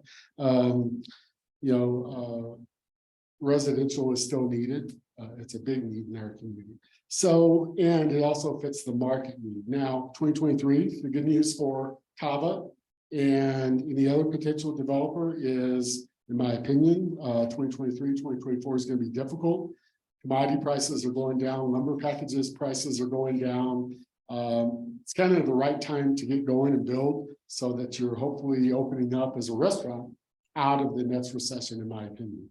So I am going to argue that even though it's less common, I think if we think specifically about that property, that even prior to it being owned by the city and then the DDA, it was a saddle club. It was a rodeo grounds that had become basically a hazard, in my opinion, and I think in the city's opinion, it needed to be dealt with. I didn't agree with the DDA being formed, by the way. I didn't agree with the city buying that property, by the way. I always believe in letting the market solve it, but in my opinion, this group is ready to write the check as soon as we execute that contract and set those dates. It's the first time we've had any parties, and we've had, as far as I know, 10 to 12 different parties, different ideas, different aspirational hopes for doing something with that property. This is real. This is in front of us. We can make this happen. And, frankly, knowing the Tava Group, they may do phase 1 and phase 2 and decide to do phase 4 as commercial as well. Because I know they're out there beating the bushes looking for businesses interested in commercial spots. So I don't think it's unreasonable to strike the requirement of residential on the second and third floor. I think it's also reasonable to allow for its use if the development group desires, because that would be some cool. In Castle Rock, if you go to the old downtown, I worked there in the late 90s at a bank, and they've done a really good job, and they have, 7-story, basically condominiums with garage, built-in garage. And first floor, they have a coffee shop and a restaurant and a dress shop and a title company. We'll see how that plays out over time, but we're not Vail, unfortunately, or fortunately, I would say fortunately. I think we have an opportunity here to make something finally happen on Woodland Station. I think if you look at the comprehensive plan, which I know that process well, in 2010, I was the chairman of the comprehensive planning committee and led that process with the city and Sally Riley. That last statement, developed as a mixed-use area. I don't think, given my experience with both comp plans, there is no specificity there. And I don't disagree with Ms. Schminke's definition of mixed use, but again, I'm going to argue that for this property, which is fairly small in development terms and what we're trying to accomplish, for this area that's been, I consider blight in a lot of ways. And that's actually one of the missions of the DDA, is to look through the district and improve the business downtown community. So I'm going to argue for, it is less common, but there is precedent, albeit larger developments, but we don't have 220 acres sitting around. This is what we have. I think this is the highest and best use for the property. I think the Tava Group is committed to the restaurant, which is, again, 5.5 million in counting, is a serious commitment to downtown Woodland Park. And I think they will execute. They have a history of executing and making things happen. So I'm going to argue that it's a reasonable request. And, I have not personally been approached by anyone who, as a matter of fact, I'm starting to get embarrassed as a chair of the DDA that we haven't gotten this contract done already. I had people coming up to me saying, "What are you guys doing? You're acting like all the other DDAs." And I'm like, well, I have a little bit of sympathy for the other DDAs, because as I'm learning to do everything, to do it right, to do it legally, it's very methodical, it's very careful. We are dealing with the public and the public's monies and public land, if you will. There are some people out there that would love to see it be another park. There are people. I can tell you, we already have 28 Woodland Park City Parks, I think, as you're probably aware. We don't need another park. We need some vitality in the downtown. Tava will anchor that. And frankly, that's why David Weekley, because I asked David Weekley, Dustin, I said, why are you interested in such a small place? He goes, we wouldn't have been except for the commitment we're seeing Tava make. And period. He said, otherwise, this is a no-go for us. It's not even interesting. But with Tava, it makes it very interesting. And I'll end it at that because I'm trying to be as succinct as possible, but I'll answer any and all questions. Yes, thank you, Tony. So let's go ahead and, does the commissioners have any questions at this point? I do, only because I'm confused, which is over the last several years, it's been a constant state in my life, but when you're talking about a change that allows residential units on a ground floor versus the only permissive use would be second, third floors. Are you only talking about in the current overlay? You're talking, I mean, you've mentioned David Weekley and possibly developing other land in that CBD zone. Are your request, the DDA's request is only to the current overlay? Correct, correct. Yeah, I as chair can always speak to the 6.3 acres. The adjacent properties to the west, to the south, to the whatever, have been discussed, and in my opinion, at this point, aspirational until this property starts getting developed. So yes, we're only talking about the 6.3 acres. That's all the DDA can speak. How many acres will the Tava project take up of that 6.3? About 30,000 square feet. Which is, Less than an acre. Less than an acre. Is that parking and everything? I said Tava, but so. And you envision other commercial projects.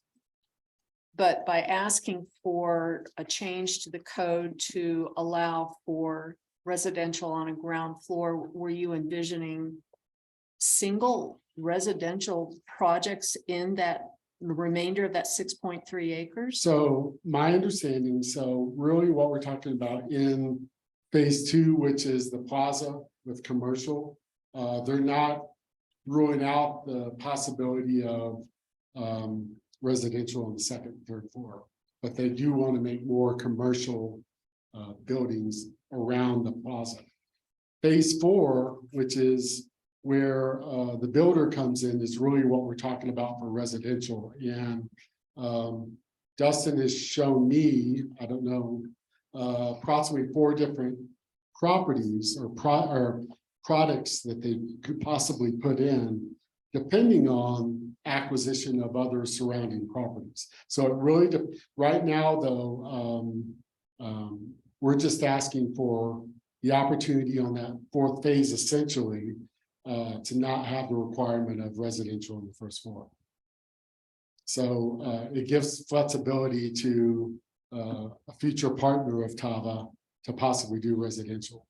And when you say, Tony, when you say residential, you're talking about a single family home?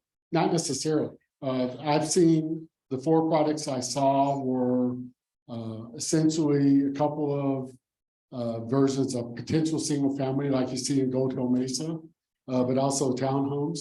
And it really depends on acquisition of adjacent properties to the east, to the south, other directions.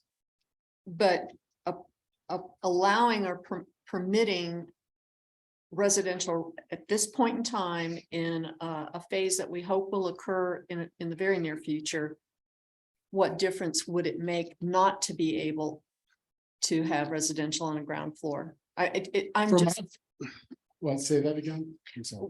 Why do you need that now if the only project you've got on the horizon is the Tava project? Well, the four phases have been defined. Once Tava breaks ground, the entitlement process and how builders work, they would start working to possibly acquire other properties. They would work to acquire the phase 4 property from Tava and decide what they're going to end up in terms of a footprint to build on. So what the DDA asked Tava to do was to have a vision for the entire property, not just build Tava.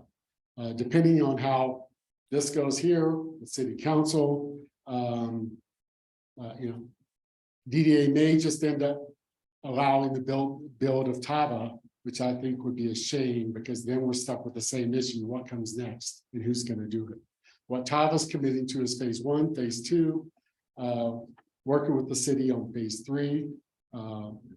Have to solve the drainage ditch problem. There's issues with access and CDOT. I mean, it's a wart of a property. If it's done in phases, it will never be completely done, in my opinion, because I think it gets way too expensive if there's not a targeted approach. In the current permit use, multifamily units can be built in the CBD. There's nothing prohibiting them from being built in the Woodland Station overlay, is there? I think there is, based on the language Okay. that we've been talking about, because as it's written, that it says residential dwelling units, provided such residential dwelling units are located on upper floors of a mixed-use building. That's the limitation in the overlay district. Let's follow up this discussion after the applicant's not here, just to jump in, because I do have questions. Yeah, and I'll add one more thing, because I have been around a long time, is I think when they put that requirement in, they did envision a Bell Village with commercial on the first floor and residences up above in a cool little village. I just don't believe it's going to happen here on this property. So this is rhetorical possibly, so you anticipate that the best use of that property would be residential if we don't get any other projects besides the Tava project. You've got a investor or a developer that is talking about single family residences in what is now Or townhomes. or townhomes in what is now a commercial district. Right. Okay. Yeah, they don't build apartments. And so they're talking single family or townhomes, depending on the footprint of the property they have to work with in terms of creating. Because if you go look at David Weekley, you can do some research. They are truly interested in urban, walkable, friendly, pedestrian, get to downtown. It's not quite an eat, live, work, play kind of scenario, because we don't have enough space or the demographic to support that. But it really does depend on acquisition we're going to do. One more question. Did David Weekley, and I don't know this as an individual, David Weekley, the company, envision or anticipate that he would get a TIF break by building in this central business district, which you've already outlined in the history of the DDA? The reason the DDA exists is because the city cannot incentivize those types of projects. It's intended for commercial business, not single family residences. I could tell you my opinion. So I think Tava and then the other commercial buildings they want to do, there could be 1 to possibly 6 potential TIF deals. There could be something relative to working with the city on the infrastructure, water and other that needs to be dealt with. That's to be determined. And the DDA has made it clear that just because we've chosen as the developer, they have to go through the same process as any TIF applicant, which the previous DDA, one of the things they did do well with Mr. Bourne and Ms. Carrick was create a kind of decent guideline on the TIF application, and this board wants to enhance it a little bit, but David Weekly, frankly, the TIF deal is kind of inconsequential with them. To them, it's about if they're gonna play adjacent properties, what can they get acquired, you write the checks for, what footprint do they end up with, and what product makes sense to get a ROI on their investment. They're less concerned, frankly. Tiddly TIF. tip, gotcha. So essentially, you're trying to open it up as wide as possible to give as many people the opportunity to. No, develop that's a theirs. great summary, because I think removing this requirement allows maximum flexibility, not only to the developer, but the DDA and potential other partners that could come in to make it happen. Right. This requirement eliminates, in my opinion, residential, which means maybe we get phase 1 and 2 done, maybe. And maybe the drainage ditch stays there and the rest of the dirt stays there and the mobile home park stays there and the other properties stay in the current condition. I think we have an opportunity here to change that downtown area and make it a jewel for the city of Woodland Park.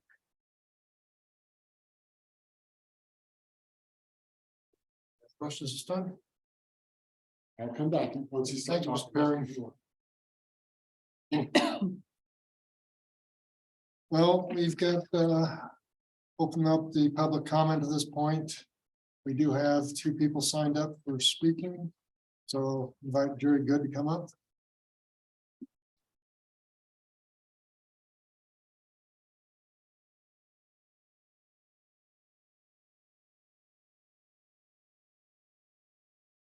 Hi, guys. My name is Jerry Good. I live in Woodland Park.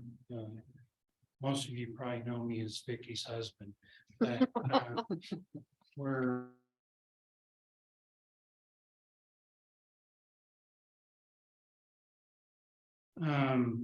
my concern is liability for ground level housing, and that is that there I believe part of the wisdom was not only to create a village effect by having it above businesses, but to protect against the benzene exposure. There's the benzene flume underneath that property. Now, it's could be dissipated, it could be really severe, but the truth is, nobody knows yet. And there's been proposal that the testing be done. And I would propose that we're putting the cart before the horse, that we would be opening up the city to liability for that. I mean, Camp Lejeune is a good example of that.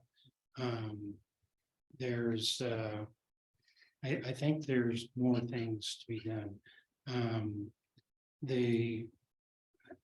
I have to disagree with Tony about one thing, and that is the other developer that was in question. I'm not sure why it's proposed that they were doing all residential, because I've got their original plan here and it doesn't show any residential.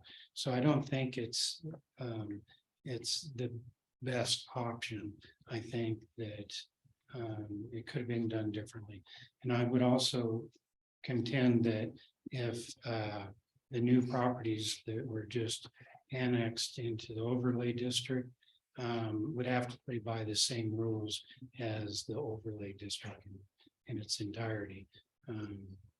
So I believe that's why they got out of the overlay district, because they didn't want to play by the rules to begin with. So I think you need to hold them accountable to that. Anyway, thanks a lot, guys. Thank you. We have Tanner Coy on the list.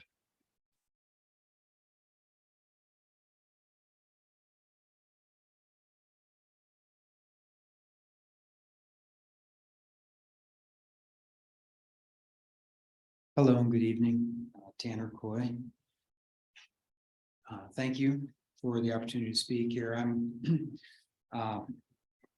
I did want to raise one point that just came up during discussion here before I started and what I plan to say, and that is with regards to Commissioner Harvey's question about the request is only for the current overlay district, and I think Mr. Good just referred to this. The intent is to change the overlay, and so whatever you do to change the code, amending the code regarding the overlay will affect those additional properties. Yes. I'm here not to advocate for or against any proposed project. In fact, I think maybe I'll begin by telling you that on a personal note, I'm very excited about the prospect of developing Woodland Station. It's something we've all been aiming at for a very long time. And finally, we have a very viable proposal coming forward. That's very exciting. The concept seems exciting, particularly Tava House and all that they want to do. I think that's what everyone in the community has been asking for a very long time.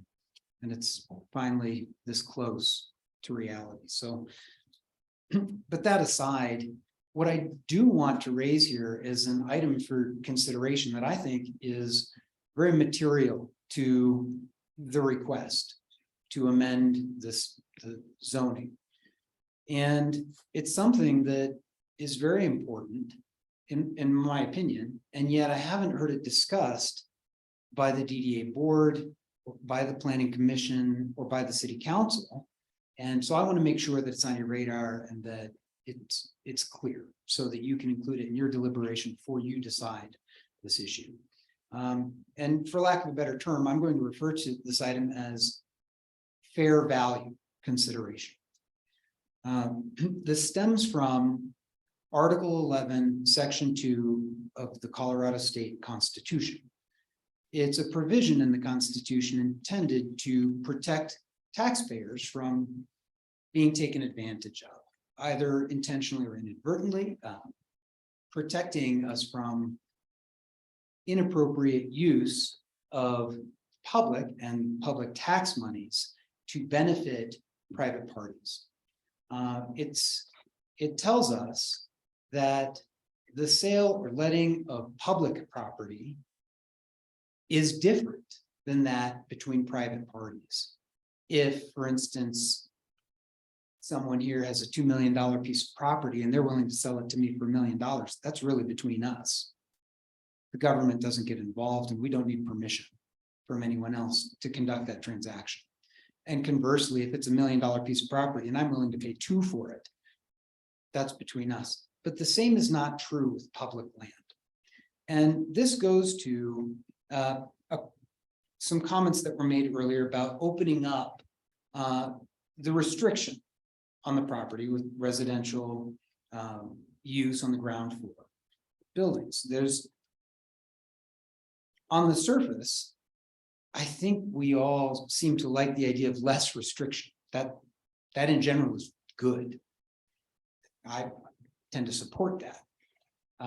But with public property and incentives, there's more to the story that needs to be understood. There's good reason for those restrictions that go back to this section of the Constitution and state statutes and the agreement that is in place between the city of Woodland Park and the Downtown Development Authority, which says, and I'll just read one section of the statute. It is 3125-808 Part 2. Any sale or letting of property by the authority shall be at not less than its fair value for uses in accordance with the plan of development. In determining the fair value of real property for such uses, an authority shall take into account and give consideration to the uses provided in such plan, the restrictions upon, and the covenants, conditions, and obligations assumed by the purchaser or lessee and the objectives of such plan.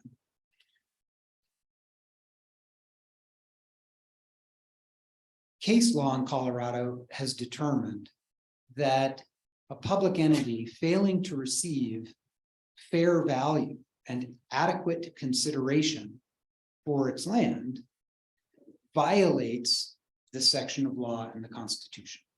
It is taking advantage of the public. For instance, use public dollars to acquire valuable land, mark that down and sell it to a private party. That's a loss. It's realized by the public. Someone else's profit paid for by the taxpayers. In the case of a DDA, there's flexibility in how that value is received.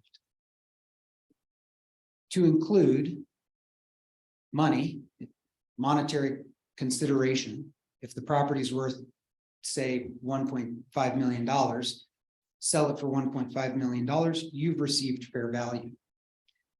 Mark it down to $1 million, and you haven't received fair value unless you give consideration to other things. And in the case of a DDA, those other things can include specific uses that have public value and other covenants, conditions, restrictions, and obligations agreed to by the developer.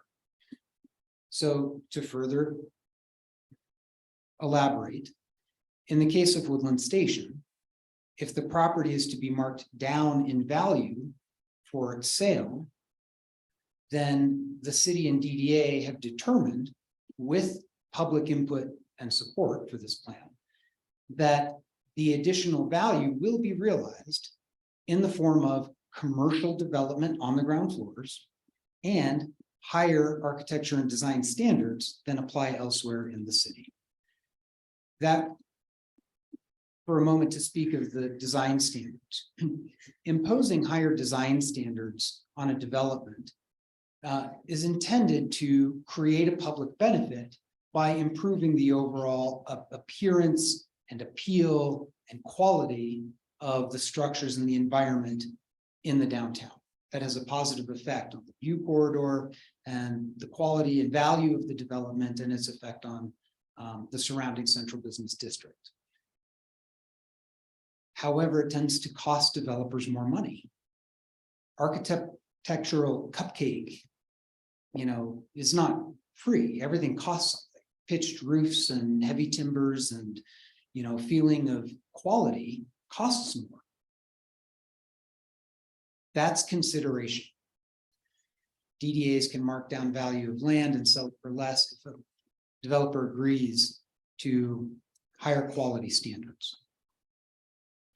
Our DDA has stated that they don't think the DDA design review should exist, that the design standards should not be applied or upheld.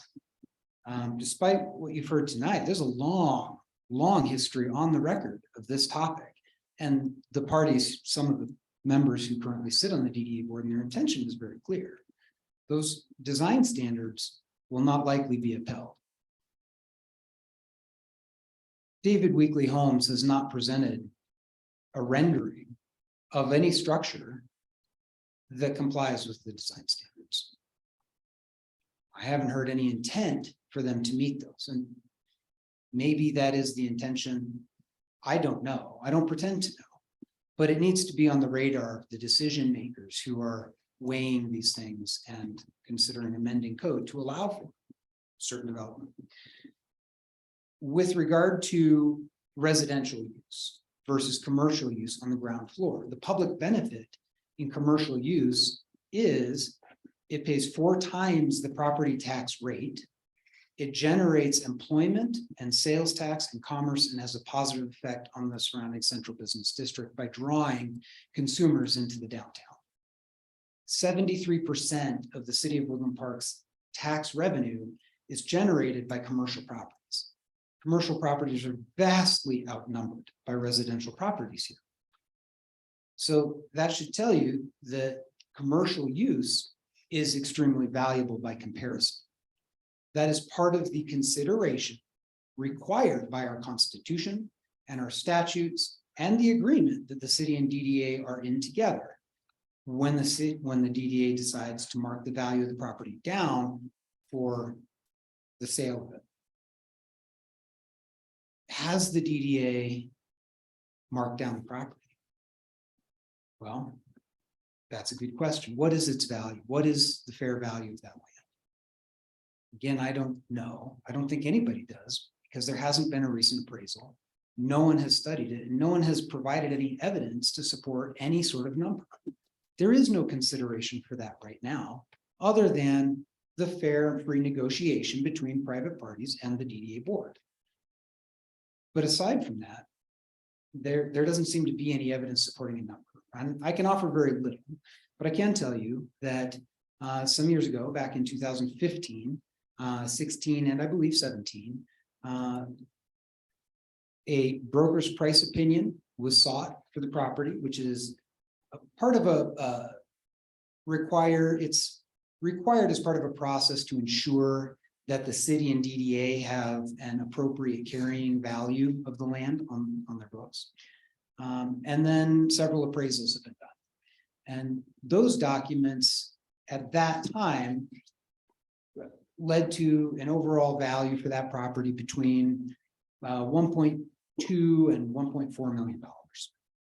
That was 6 or 7 years ago. And I think we all know what's happened with real estate values since then.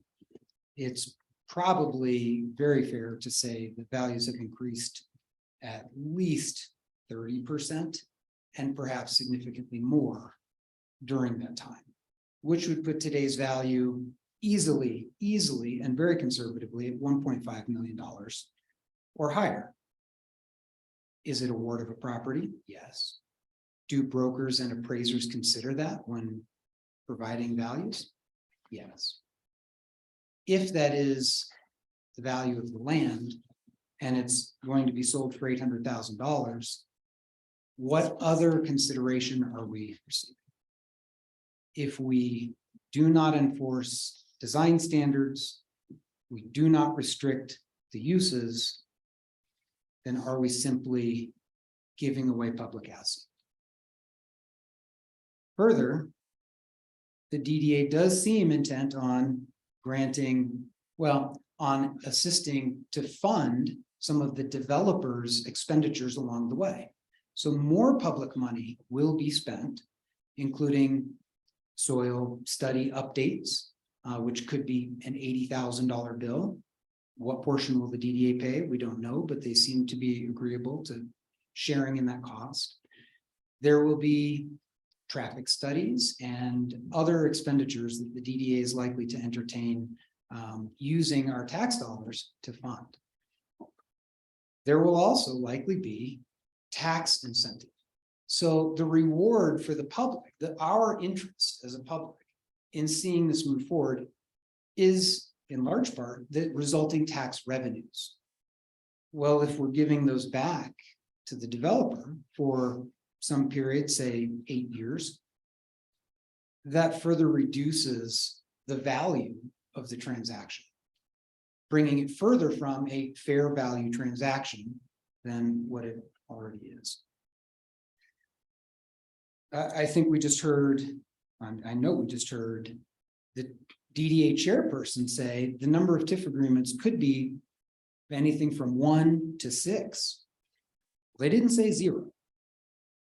So I think it's reasonable to expect that there will be tax incentive here. David Weekley Homes has quite a big checkbook, we're told. TIF is inconsequential to them, we're told. Those comments were made tonight. If that's the case, would they not be willing to pay the fair market value of the property in order to acquire it? I think that's something that needs to be considered. It appears to me that we are marking down the value of the land, something that the public spent $2 million to purchase, also gave up 26 acres of land, put another $1 million into public infrastructure, recovered $280,000 through the sale of Lot 1 to Woodland Hardware. And although the DDA does still owe $500,000 in debt to the city, They owe significantly more than that in bond debt. And that needs to be retired. So I think you should just be aware of those things. Understand the constitutional requirements for fair value, the statutory requirements, and the what's written into the agreement between the city and the DDA, and be sure that before you endorse this kind of change, you're confident that those things will not be violated, as your office, as well as that of the DDAs and the cities, is to uphold the Constitution and the statutes. So fair value is a material consideration, and I hope you understand it and include it in your deliberation. Thank you, Mr. Corey. Thank you. Before you come back up, Tony, anybody else in the audience wishing to speak?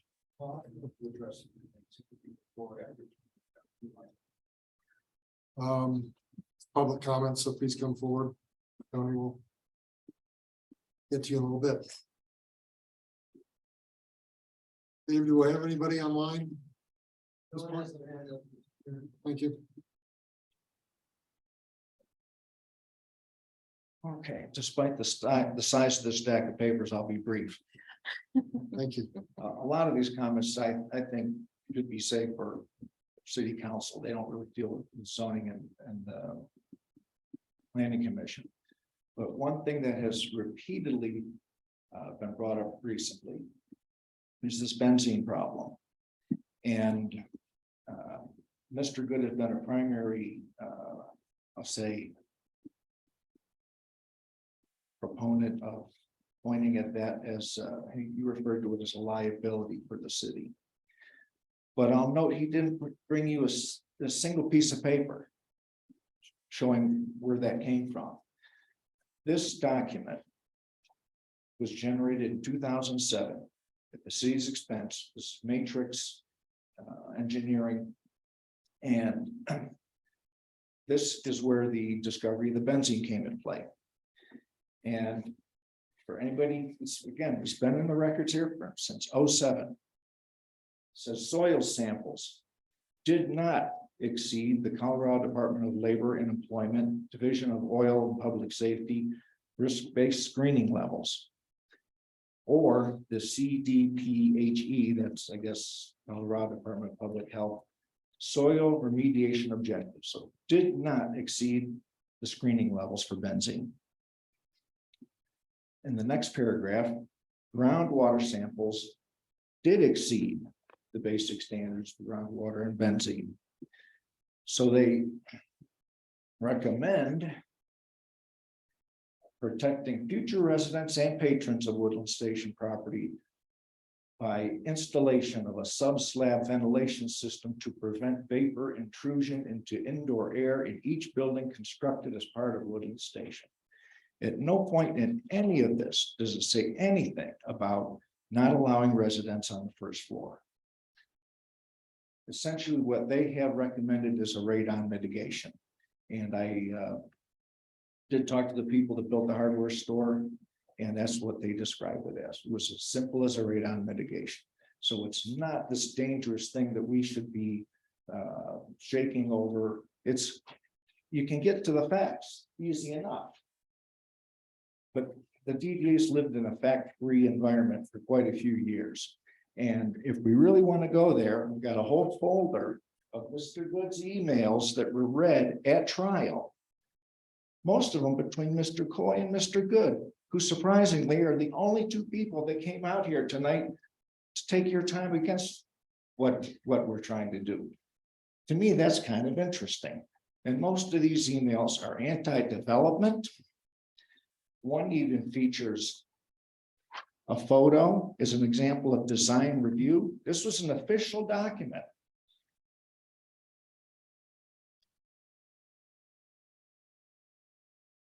Emails in here against other projects, against our projects. This is what led to the whole turning over of the DDA board. But to keep it brief, there is no benzene extreme problem that requires us to consider that. Thank you. Thank you. Check again, David. Anybody online with their hands raised? Yes, sir. Anyone else in the audience? Seeing none. We'll close our public comment and invite the applicant Tony Perry back to this podium. All righty then. Gentlemen. So I think quite a few people in the room know me, so I'm gonna try to stay within myself on the response. First of all, I suspect Mr. Good just is not recollecting properly. The first applicant, their first application was all residential. It's on the public record. We can get you the record on it easily. That doesn't really matter because that's not why we're here today. With respect to the B cup, I believe Mr. Weatherford is correct. As part of being on this DDA board, we participated with the TAVA group in a meeting with the state CDP HG, and I can never, what was it called? His name was Fallon, or something interesting. Essentially, not this seated DDA, previous DDA let the V cup expire. It could have been extended at a less expense. Mr. Coy is correct that I think you guys got a quote today that I was just told that for phase 1 and phase 2 update is about $90,000. It's a fairly standard thing. Remember, we are, as the DDA, the seller of the property, and as the seller of the property, there are some legal ramifications with selling a property and making sure that it's ready for sale. And I'm just going to state this, Mr. Coy is eloquent as usual. He was prepping his city council diatribe. It's not for this body, I don't believe, but I will say that sounds like you have a better read on legal matters. In the breach of contract case that the DDA lost, they didn't have quite such a read on the legal ramifications.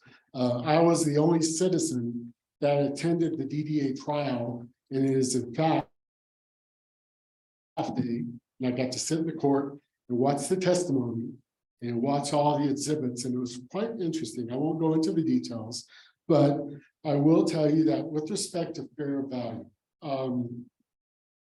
from a DDA perspective, this land, no one's even ever made an offer.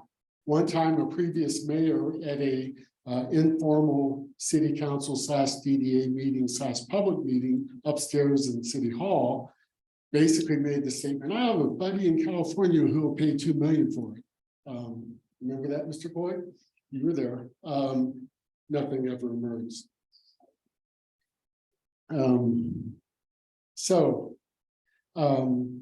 The DDA did. First of all, BPOs, I understand those and how they're come to. Without knowing what the end game is, it's hard to create fair value. But we took lot 1, which is the hardware store, which is arguably the easiest piece of property in the district, the Woodland Station, to actually build on. And basically extrapolated that value per square foot and added a little bit, and that's how we came up with the sales price. Understanding that the south half of the property virtually is not only zero value, but negative value based on the warts that have to be solved there, period. So, the city council can weigh whether the DDA's contract is valid or not. In fact, they have to approve it. You're not here to determine that. You're here to determine whether, as volunteer citizens on this planning commission, which frankly, this commission and the job you do is one of the most important ones for the city, because it's the most consequential, not only to the residents, but also to the businesses. And it's really simple. This is a very, very, very easy strike of removing that requirement. And we have a chance of moving this process forward and making that property something special. Mr. Coy himself admits, and I think he even likes the applicants. It's the best idea that's come along in 22 years that's actually executable. And so I'll refrain, because like Mr. Weatherford, having sat in trial, I can go through a litany of things I discovered there that weren't pretty. It doesn't matter. All we're deciding today is the future of the downtown Woodland Station and whether we're gonna move forward. I will tell you that there's a lot of good discussions on that hopefully will emerge. It really depends on the city with respect to how it moves forward, but we're gonna have a contract. City council is gonna weigh in on yes or no on the contract. Mr. Coy can make his speech and then they can talk to the city attorneys about the state statutes around fair value. He lost that in the first case. So I think I'm just gonna implore you again to think about that less common definition of mixed use. Albeit applied to a much smaller piece of property, but I do not see any deleterious harm to the citizens of Woodland Park for removing that requirement, period. Any questions? Any comments or questions for Mr. Perry at this time? Thank you. Everybody doing okay? We break or? Let's just continue then. So I guess questions and discussions regarding the proposed ordinance. I have a question. In the commercial business district permitted use table, it lists apartments and some other items as conditional or permitted conditionally. So I'm just wanting to make it clear for myself, not being a long experienced planning commission member, what the steps are for somebody who wants to build an apartment complex in a commercial business district. If it's on a conditional use, does that come back to the planning commission like the multifamily zone Yes, plans for review yes, and approval? yes. Okay, now in the zone that we're talking about here, the overlay district, what is the sequence if we approve this elimination of this requirement that now becomes a permitted or non-restricted item for this overlay district? How does an overlay district proceed? Do they just get to bring in their plans and go straight to the planning department? Or do they go back through the planning commission for further approval like some of these other zoned areas do? As I understand the process in the overlay district, the uses that are listed are processed administratively, which means it's just at the planning department level. Mm. But it does have the requirement that it go before the DDA's design review committee. Planning commission, city council are left out of that. It's really just staff and the DDA's design review committee. Okay, so we would no longer hear any arguments on what's going to be put there on the land as long as it meets what we specify in this ordinance, unless they want another ordinance change, correct? It would go to the DDA. Correct. Okay. I just want to make it clear what the steps were. Let me just follow up a little bit, right? Looking at the use table, Turn your mic on. looking at the use table and you excerpt in the staff. Mission. Multifamily dwelling use 3 units or more, and CBD is an authorized conditional use. Correct? Yes, All right. Apartment buildings, also an authorized conditional use. in the CBD. CBD. Yes. And CBD. All right. The particular provision of the ordinance we're looking at 1831-030. As buildings, structures, and land within the Woodland Station Overlay District may be used for any of the purposes described in the CBD table of permitted uses. So that's the first half of the ordinance we're looking at. Says if it says it's okay in the CBD, it's okay in the overlay district. Mhm. Apartment buildings, multifamily, 3 units and over. It then says, in addition, buildings, structures, and land within the overlay district may be used for residential dwelling units, provided they're on upper floors. Also, commercial condominiums, provided it's condominiums are part of a mixed-use building, which didn't discuss. So they had to be mixed use, which I'm not sure what that means, but and amusement, recreational, entertainment activity. Tell me, the second part seems to add to what the first part. The first part says you can put apartment buildings and multi-unit structures, 3 units or more. In the area is a conditional use, so it does need planning department approval and of course design approval. But what we're talking about is somehow some expanded use. So it says in addition, buildings. Or residential dwelling units, it seems to me that must be talking about. Multifamily with less than 3, perhaps. 2-unit multifamilies, those you can go in if they're on second and third floor. Those would be two-family dwelling units, which are not allowed in the CBD. No, I'm so remember the overlay district, it says in addition. Residential units on the second or third floor, so it must mean. Other multifamily with less than 3 units. Or, I don't know, some subset of apartment buildings weren't there. It seems to me that it all starts, the sentence is begun by saying in addition. So.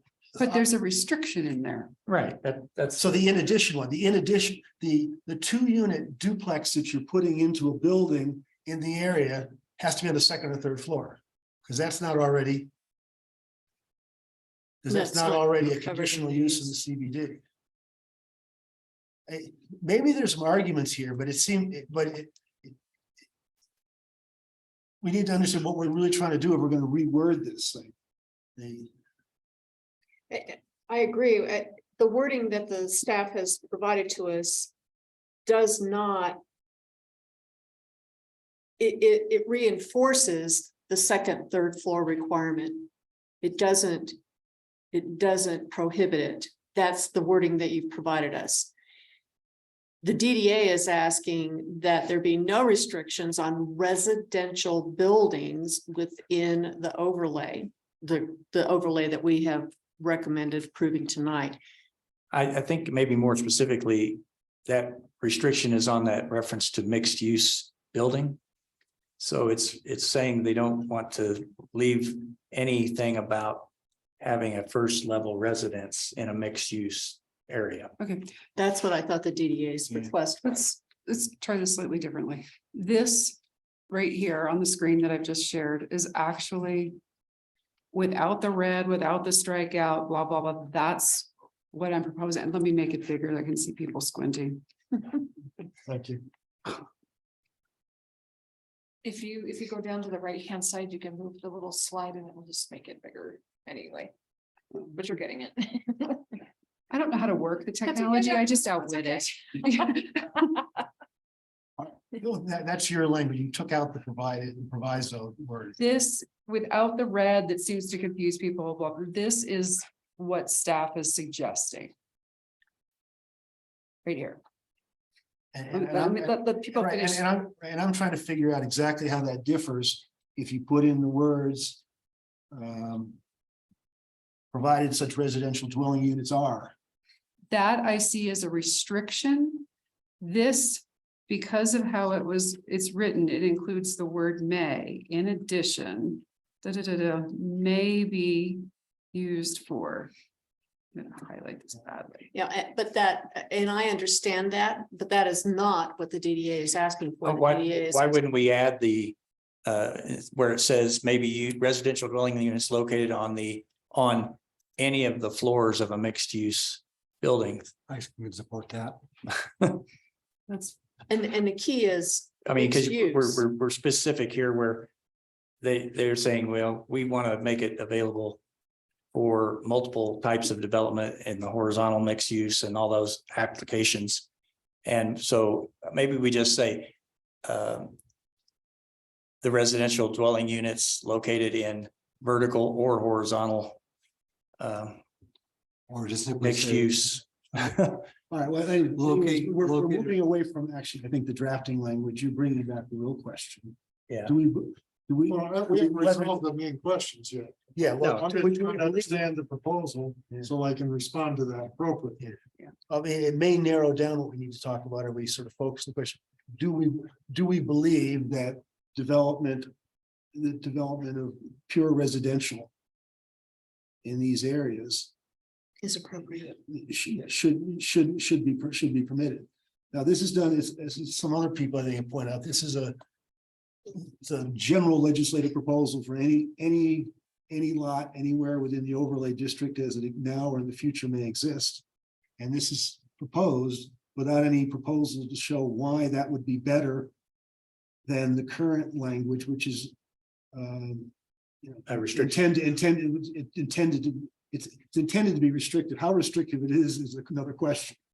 But do we believe that a fully residential development, a condo project, a townhouse project, single family home project in the back part of this lot or wherever is the right kind of development for the area in our core commercial district? That's the zoning, because it's a zoning question. It's not- Two types of residences that you described are permitted by the current CBD Conditional usage uses. table. The overlay is saying, in addition to what the CBD usage table allows, we would like to be able to have residential units located in the upper floors of a mixed-use building. My understanding is that the DDA request is they want residential permissions on any floor and not necessarily in a mixed-use building. In other Which is words- similar to what this comprehensive plan showed for that commercial business district in terms of it residential is allowed. Well, Meaning houses Well, on property that was in theory Based on intended the for commercial use. CBD table. the CBD ordinance begins with a paragraph that has the final sentence that was also quoted in the staff summary. Residential activity is appropriate in this area, particularly at second or third story levels, both offices or commercial shops. Now, if that was the only restriction, you could drive a truck through that if you're trying to put them in. It's, you know, we've seen how well that works. But even separate and apart from the overlay district, the CBD language indicates a strong preference for residential in commercial areas to be second and third story. And it's probably not effective broadly in prohibiting it, but that's where the CBD starts. The overlay language comes in and it reflects the same preference. They say whether or not it overrides because these other things that are conditioned on the CBD is somewhat questionable, but it seems this is a strong preference. It's been expressed in ordinance for many years.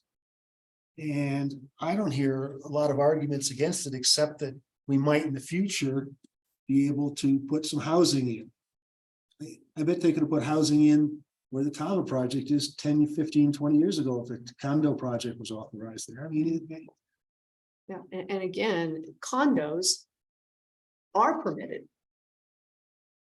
It's a with conditionally permitted three use. units or more in the building. correct? So that exists. Apartments, they're well conditionally permitted now. Exactly. The wording that the staff has provided us really, to me, is just a reiteration of the usage table. It doesn't change anything. It just makes it a little more permissive to have residential projects in addition to the types of townhomes and condos that are described in the usage table. And my understanding is because they're conditional or permitted conditionally, it has to come with a plan that's approved by the planning commission and the DDA before. But not in an overlay district. For those that are CBD only. Okay, It's that's a it good comes through clarification. the Oh, process. If it's in the overlay district, it goes to the planning department. And then then the And- DDO they have a design review as And well. the staff recommendation is, again, reiterating that as an administrative action, they can approve residential projects in a mixed-use building on the second and third floors of the building. It doesn't permit a single-family home. The wording that the staff has provided us does not provide for a single-family home. And I'll pick up a little bit on what Mr. Coy said. I mean, this is just simple math. A single-family home on any part of the 6.3 and now a little bit more overlay is going to collect less taxes because it'll be residential vice commercial. It's also hard to envision it would make sense otherwise. Yeah, I can't, bless Mr. Weekly's heart if he wants to build houses on Fountain Creek, but that's not what it's zoned for now. And to try to create some incentive for him to do that later I don't think is in keeping with what the CBD zone. And what we heard is. tonight was they were looking at more urban development, not houses. So I don't think it's in. But we leave that open if we say, yeah, residential, whatever you want. No, we're limited it to the CBD table still. We're not changing No, that. we are, if we, well, the staff's recommendation does not change that. What the DDA asked for was, we want to be able to build a single family residence anywhere within this overlay. I don't think so. They just said they wanted it first floor capable on a mixed use building. They did not say mixed use. They Well, said, That's, It's Mr. hard to Mis- know because they edited text, which is ambiguous. Let me just clarify one thing, just to sort of overall view. I am not necessarily saying, I'm not saying if somebody comes in with a condo project or an apartment building in the CBD, that it necessarily goes ahead. It's a conditional use. And the CBD language suggests that the residential uses should be second and third floor. So I would hope the staff would, aside from the merits of some future project that may come in, would also consider the intent reflected in the CBD general language as well, saying the residences are particularly desirable on second and third floor. I don't want someone to quote me and say, I said you can build condo complexes anywhere in the CBD.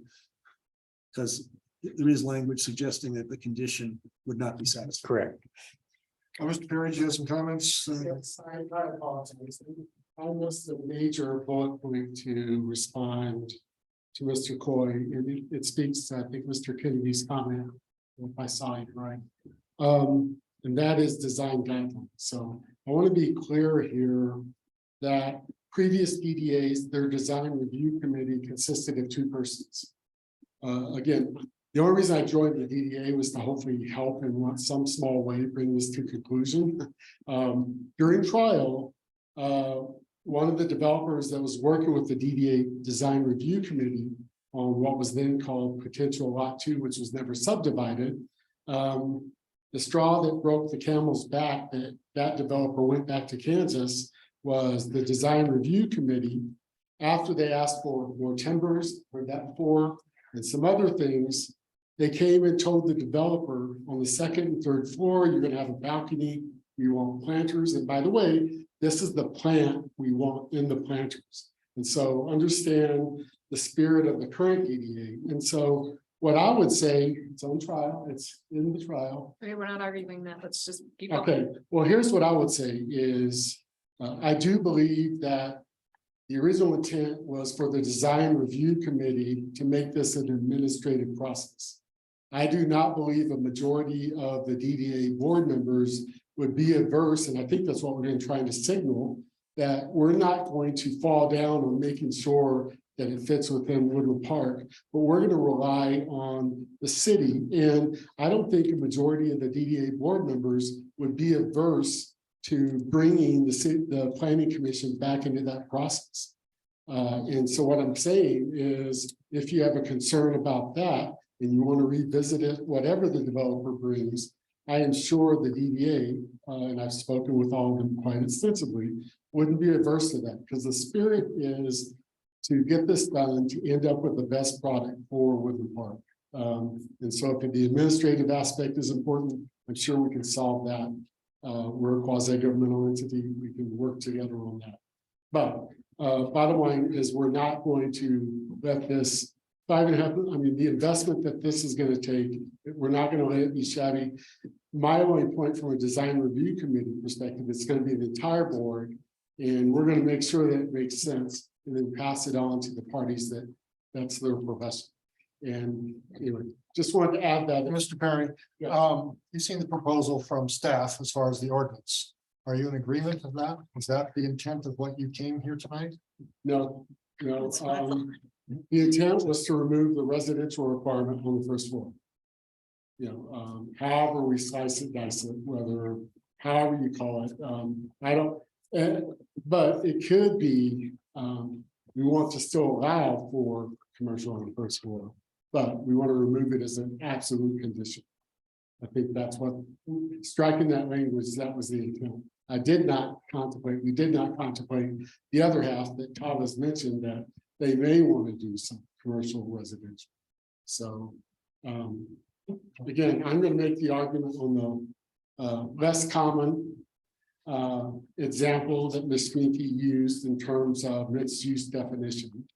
And apply it to a smaller property is what we're ultimately asking after hearing staff's recommendation. Can I have a question for Mr. Perry? Yes, please. So, Tony, I'm still unclear on, it's one thing to say, okay, we want to flip the use of a building, a single facility, a single building, whether it's got common sides with other buildings or not, and want to be able to have residential on the ground floor and commercial on the top. But you described a future scenario where somewhere else on this overlay acreage, there would be single family homes because this guy's all excited about building single family homes. Is that what you think would happen if we eliminated the requirement for residential on the So- second and third floor? I do not have a crystal ball. All I can see is what I know David Weekly Holmes shared with me in confidence, which is a tough thing Sure. given the DDA position. So to me, it's not real until it happens. What I will say is that if we look at that property and we do basically 240 scope of the property and look at the various components. What I'm saying is that we have an opportunity with Tava taking the lead and leading the effort to reimagine that whole viewport. And why is David Weekly important or another party is because the checkbook does matter. Who's going to pay for it? And so no one has been willing to come up and offer any money up until recently. I believe that view corridor can be reimagined. That's all I can say. I can't promise it. I don't have a crystal ball, but I would suggest that adding the planning commission in the mix to support staff in that effort. So it's not just administrative. I can't speak for the whole DDA, but I have a pretty good pulse on the board members. I think they would not be averse to that. And that would probably be a positive for the citizens. Is to have yet this body look at that process and not bypass this body. If that's, I mean, So I'm clear on what you want deleted, yes, but there's the statement about the allowed uses being restricted to the designated items from the CBD table. You don't have any issue with that. And the reference to commercial condominiums and other condominiums, part of mixed use or farmers markets, amusement, recreational, entertainment activities. no, So I don't see where single family comes into this at all because single family is not allowed on the table, nor is it mentioned here as an allowable No, extra use. It would be if you took it out, because it would then say, in addition, in addition to the table uses. Building structure to land with an overlay district may be used for residential dwelling units, Maybe used for what? residential dwelling units. No, that's taken out. It says the Woodland Station No, overlay he's district may be proposing- used for commercial condominiums. No, they read back what their proposal was, that provided such residential dwelling units are located in the upper floors of mixed use. That's That's what they struck. That's Karen's strike. If you look at what they No, said they're gonna strike, No, bring it back up. it starts at residential dwelling. I'm looking at it right here. no, I Starts think- at residential dwelling. This is the, No, don't look at the, look at the cross there. yeah, we weren't given the crossed out version. We were given what they asked for. And then Karen, you're looking at Karen's. Karen didn't strike residential dwelling units because it applies to the second and third floor restriction that's there. They're asking for it to be deleted from residential dwelling units, provided such residential dwelling units are located on Is the that- upper floors of mixed use building.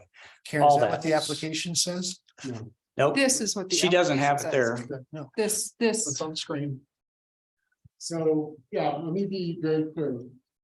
We still want, right now, residential dwelling units are allowed as long as the first floor is commercial. What we've asked for here is to allow residential dwelling units, but strike the upper floors. Okay, the one that we were given So they earlier want to was, authorize all residential dwelling units is what the Correct. language. is. Okay. And, So which to your would allow point, single family point, units. I'm not, I agree that that would open that up. You're yeah, correct. to a point I'm not sure of, and again, I'm not government employee, is I still believe that the applicant would still have to come forward. Because SFR is not in the CBD, right? So they'd have to come and ask for that change. Am I correct on that? Yes, So we're just asking to strike that requirement to open the door So could you, for the applicant to come before you.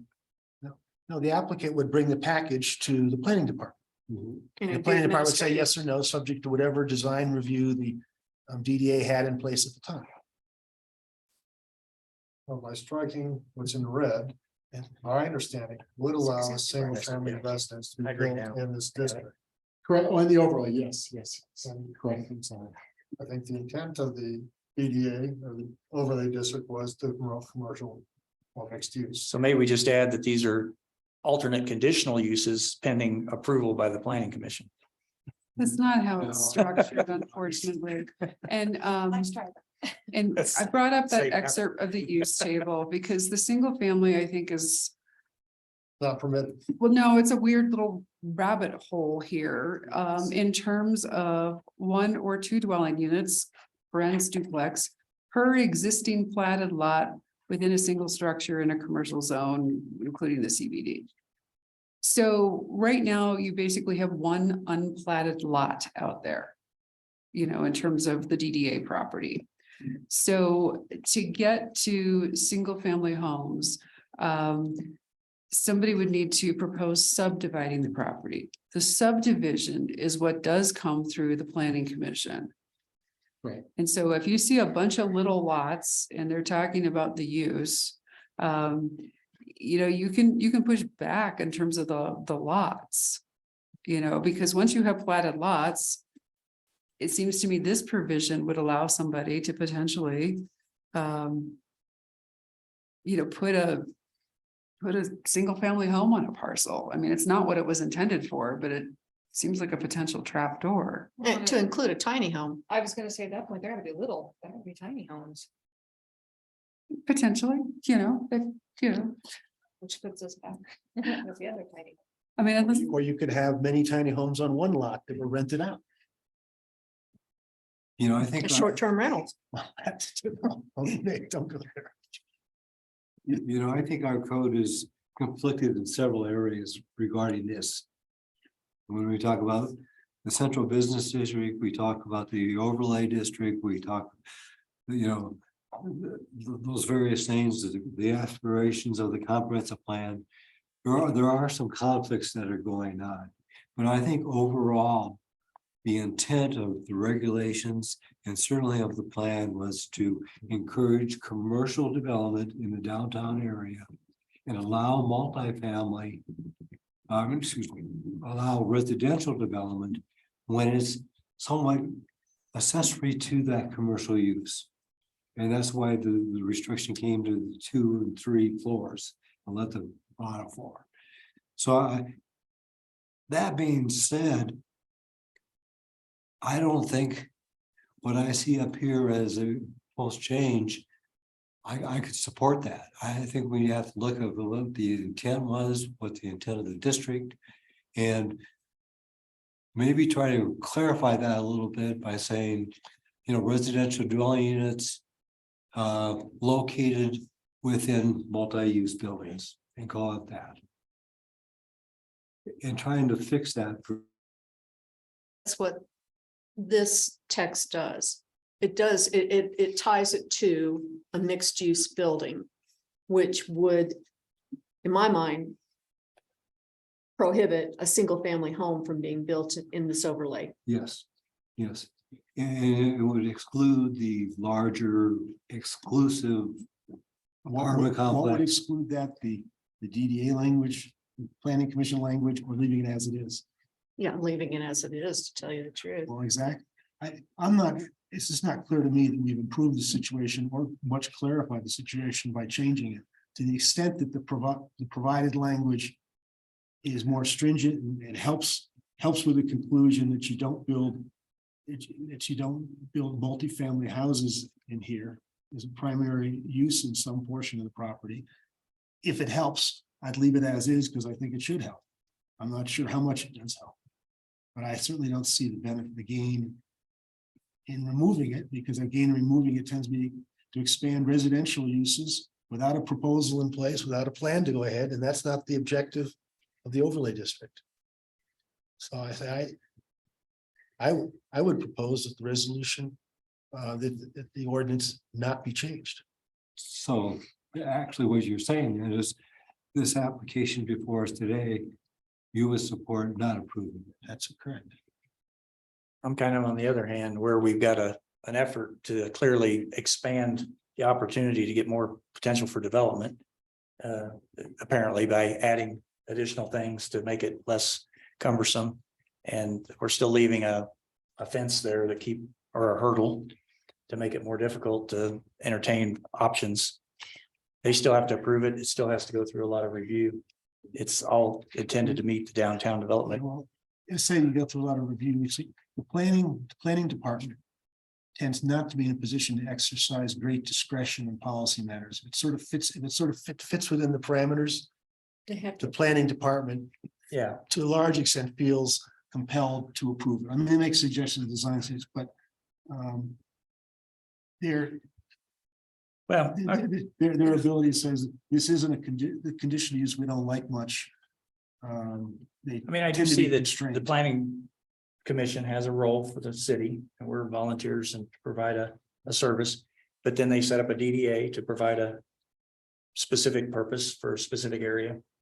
So there's, two bodies here working on things, and I understand our role, but it seems like I would be more favorable to, I don't think it needs to be a wide open residential units in general with single family. I think it still should be restricted to The DDA commercial. has always been constrained by zoning. and- Right. I think it still is, but Mr. Chair. I don't think you need to make it single family. Just In any event, if it's acceptable, I made a motion to reject the application. I'm not sure we finished our discussion. Karen has Just something to Sarah say. had a comment. I didn't hear it as a clear motion. I heard it as a preference, I but let moved me it- throw I moved that the application for a change in the wording of this ordinance be rejected. I'll second that. Well, any We further can still have discussion? discussion, but We have a motion to deny the change to the ordinance. Further discussion. Carol, anything that? Well, I would only add that we're not prohibiting residential projects within this very small parcel of real estate. There are options for residential property.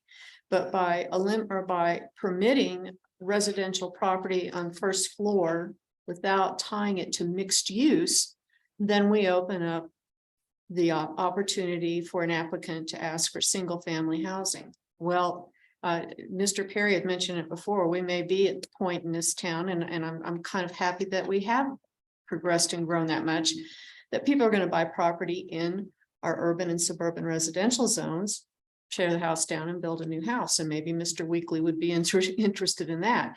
But this is a very specific project for commercial growth to overcome a blighted economic area of the city. This is not to put in a housing division that looks like Gold Mesa. So mixed use acknowledges that you can have residential with commercial, but to simply say, oh, if we don't sell all of this to a commercial developer, let's go ahead and put in single family homes. I don't think that that was the intent of the DDA's overlay. So I personally would be more in favor for the residential dwelling units in mixed use. Rather than saying just residential dwelling units, if we were gonna. But I don't necessarily in favor of leaving the first floor restriction in there. I still think it needs to be residential units and mixed use. I don't. But We definitely need a definition of mixed use then. Yeah, certainly. We don't have a concrete proposal in front of us, this board. Presented to DDA, but we don't have anything to make our judgment on. And it may go away and somebody else, we don't know what the future is. So we're making a determination on the overall concept of this overlay district.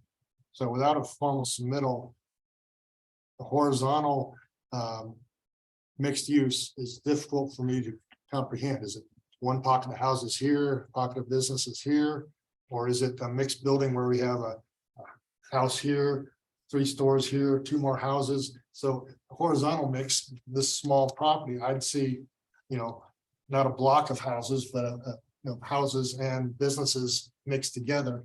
But without that proposal or some kind of quantitative document saying that, 50% maximum, 25% residential on a commercial street or something like that. But that's a lot more involved discussion to get to that point. And without it, don't want to make that determination for a prospective developer without, I'd rather them come to us on that. So without that, I think the vertical multi-use is what the intent was based on the descriptions we've looked at tonight. So I'm in favor of keeping the first floor restriction on residential in mixed use buildings. So we do have that mixed use, but in a vertical orientation, which we can define much better than we can define a horizontal mixed use. Acknowledging that there is ability for conditional use for three unit multifamily dwelling units as well as apartment buildings and duplexes. Those are all conditional uses that are permitted. I want to clarify with planning staff. Somebody comes in with an apartment in this district. It's conditional use based on the CBD. Does this body review that at all? It sounds like it goes through, because of the overlay, it goes to DDA for review, then it goes administratively to the planning department to review. And even though it's conditional use on the matrix, it will not come to the planning commission. Is that correct? That's my understanding. But I was also reading the provision that we're talking about tonight as those residential uses listed in that our table of uses. I saw those as not being allowed because of the exclusions, the carve out. That was how I was reading that. So if I'm interpreting that incorrectly, good to know. I'm happy to shift gears and adjust, but that was my read of that section. My understanding is that the exceptions or that would put in there for residential would override the matrix because it's part of the overlay. That's how I was interpreting it. Yes. That's okay. So that's why, when I look at what falls in the overlay district, I read that as basically the only residential that's permitted within the overlay is when it's in a mixed use building and it's on the upper floors. That's how I read the code. And if I'm incorrect, like I said, I will readjust, but I think we're all trying to understand, make sure we're. I don't know, is Nina still on the line? Permitted Yes. uses within the Woodland Station Overlay District. That's the paragraph. Buildings, structures, and land within the Woodland Station Overlay District may be used for any of the purposes designated under CBD in the table of permitted uses for business, industrial, and residential districts. Period. Then, in addition, and it goes on. I don't know how you can say that it's restricting anything that's in that table. because of the word provided in that restriction. If it, Building, structures, and land within the Woodland Station Overlay District may be used for any of the purposes designated under CBD in the table of permitted uses for business, industrial, and residential districts. and the next sentence, the way I interpret it, the next sentence essentially provides an exception to that. In addition, building, In structures, addition. and land within the Woodland Station Overlay District may be used for. Then it lists commercial condominiums, part of mixed use, building, farmers markets, amusement, recreation, entertainment activities. And In resi- addition, it may be used for these. And it lists other things. Yeah, It's not restrictive, it's adding. Otherwise, it'd say except for. And then it would list them. see, and I read as the staff suggested language supports what you guys are trying to say that this should be. That's how I see it at the moment. The way it's currently written, I see it as limiting it to mixed use buildings with residences on upper floors. The recommendation that I was bringing, I see it as taking it back to what you're describing exactly, Commissioner Kennedy, which is all this stuff in the CBD is allowed. And in addition to that, we're gonna say you can definitely do residential above commercial. So that was why that's what the ordinance is suggesting, because the way it's written now is not great. And I don't get to the same place Commissioner Kennedy does, the way it's currently written, unfortunately. And if I'm wrong, and you guys want to give me direction to interpret that provision differently, that's great. I will do it.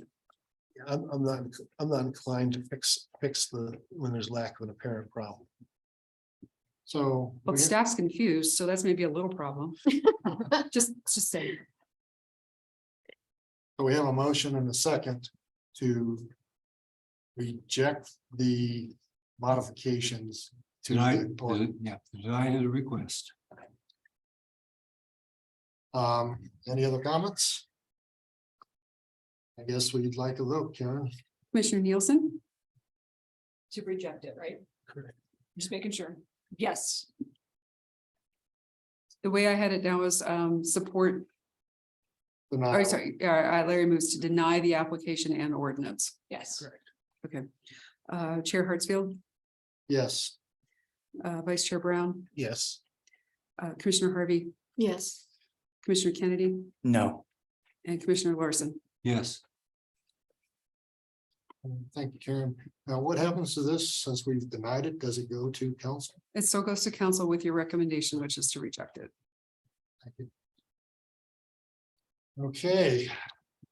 And we had a third item, which is being continued to February 9th or Rescheduled technically. rescheduled, excuse me. For the Verizon Wireless Temporary Communications site.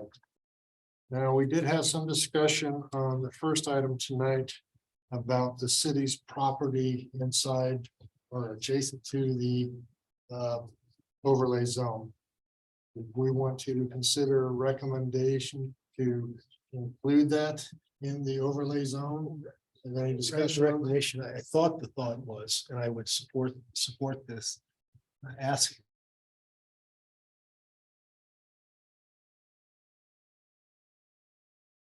Siri to Council said that the owner of the property, the city, should ask Yeah, if they wanted it to- included. coordinate, so that's for the staff to coordinate as appropriate within the city and with outside counsel or otherwise. The possible inclusion of those two Lots A and B. yeah, those two city properties in the zone.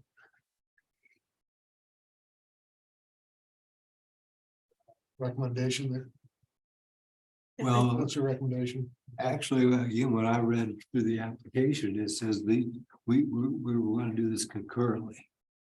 So if the request for Oh, no, she No. advised that we could not do it. Advise us not to. um, She said that it should be something the city asks for, that we can't ask of the city. well, then I would just say that The city may have plenty of good reasons for either not wanting to do it or deferring it or something like that too, but. I'd say we just let them come to us. Yeah. You're recommending no action. Yes. I agree. Hang on. They will see the same drawing we saw. Two blocks Yeah. clearly identifying city property right in the middle of what they're trying to do. Right. They'll see the same thing we saw. They can discuss it if they want. Fair enough.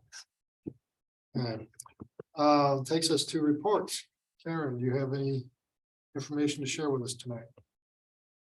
Additional information. I do, hang on.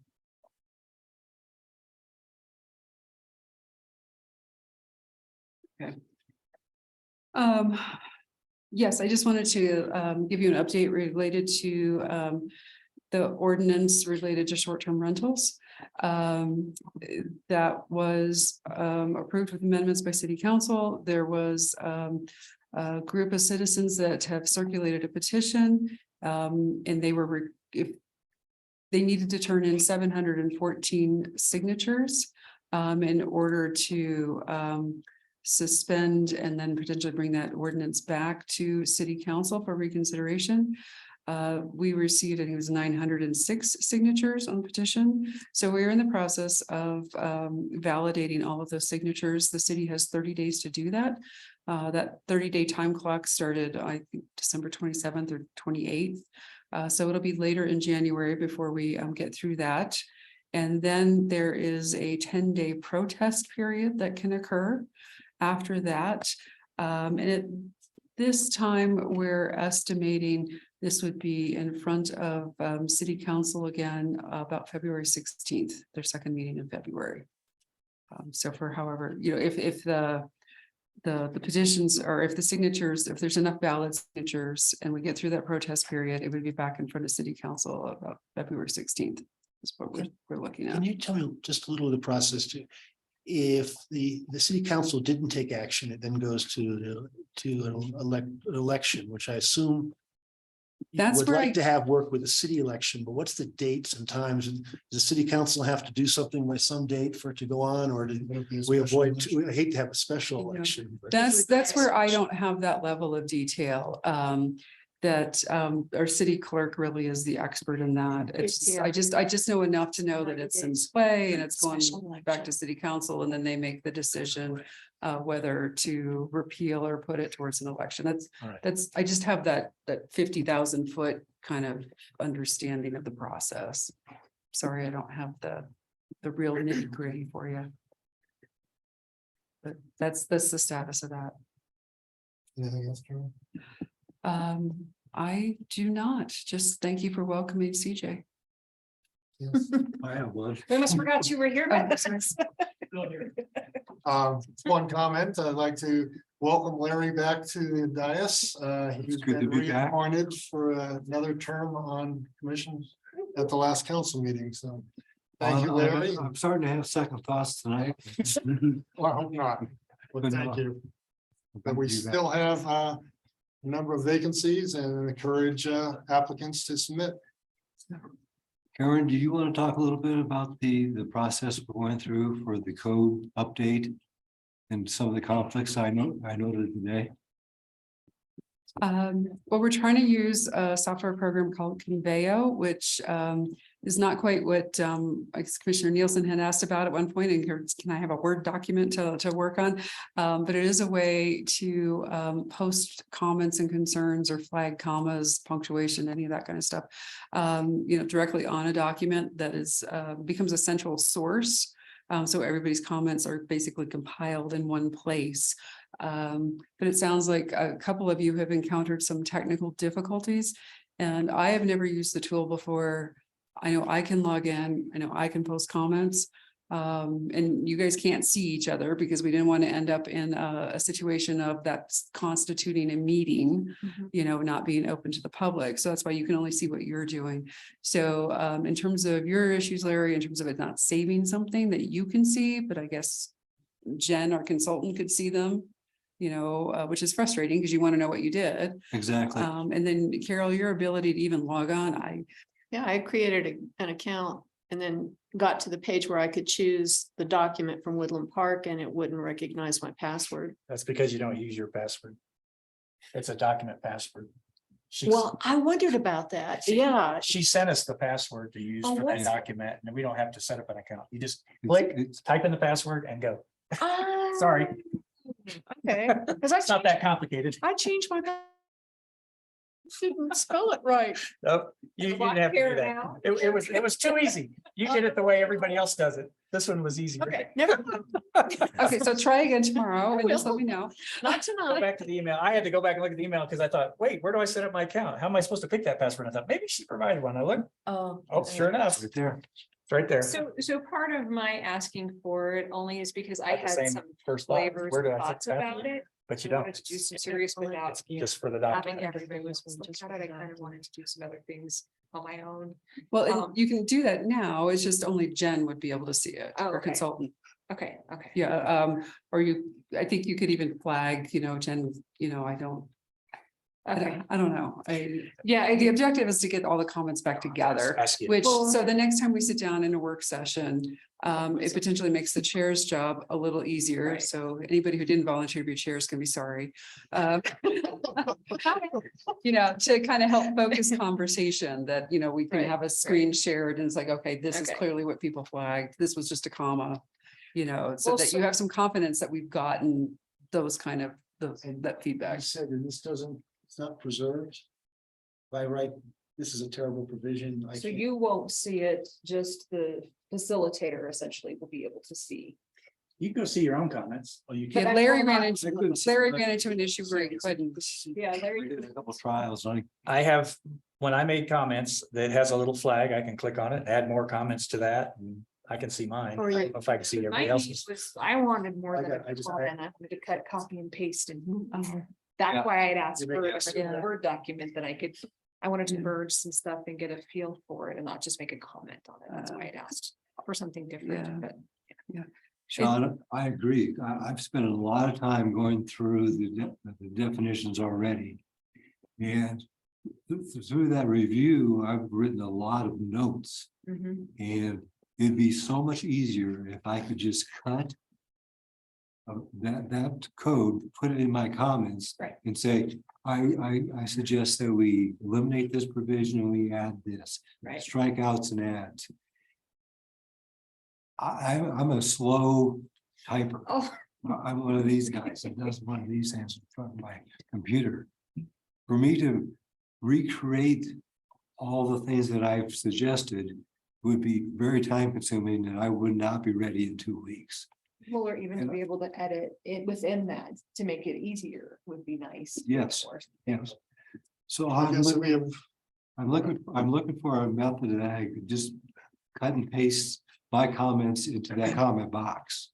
I don't know if you can paste other content into the comment box, but if we had another copy of the document, we could cut from that document and paste it in the Yes, box. that would work. That might work for some people that need it. Oh, If Jen could.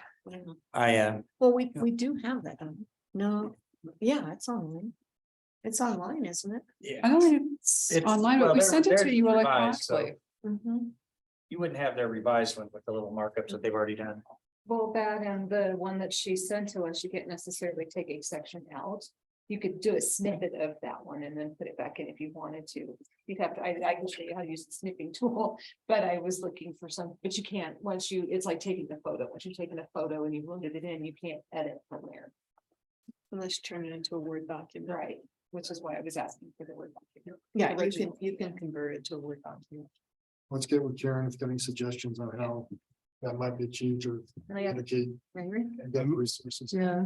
You guys do all have it electronically. It's just a PDF.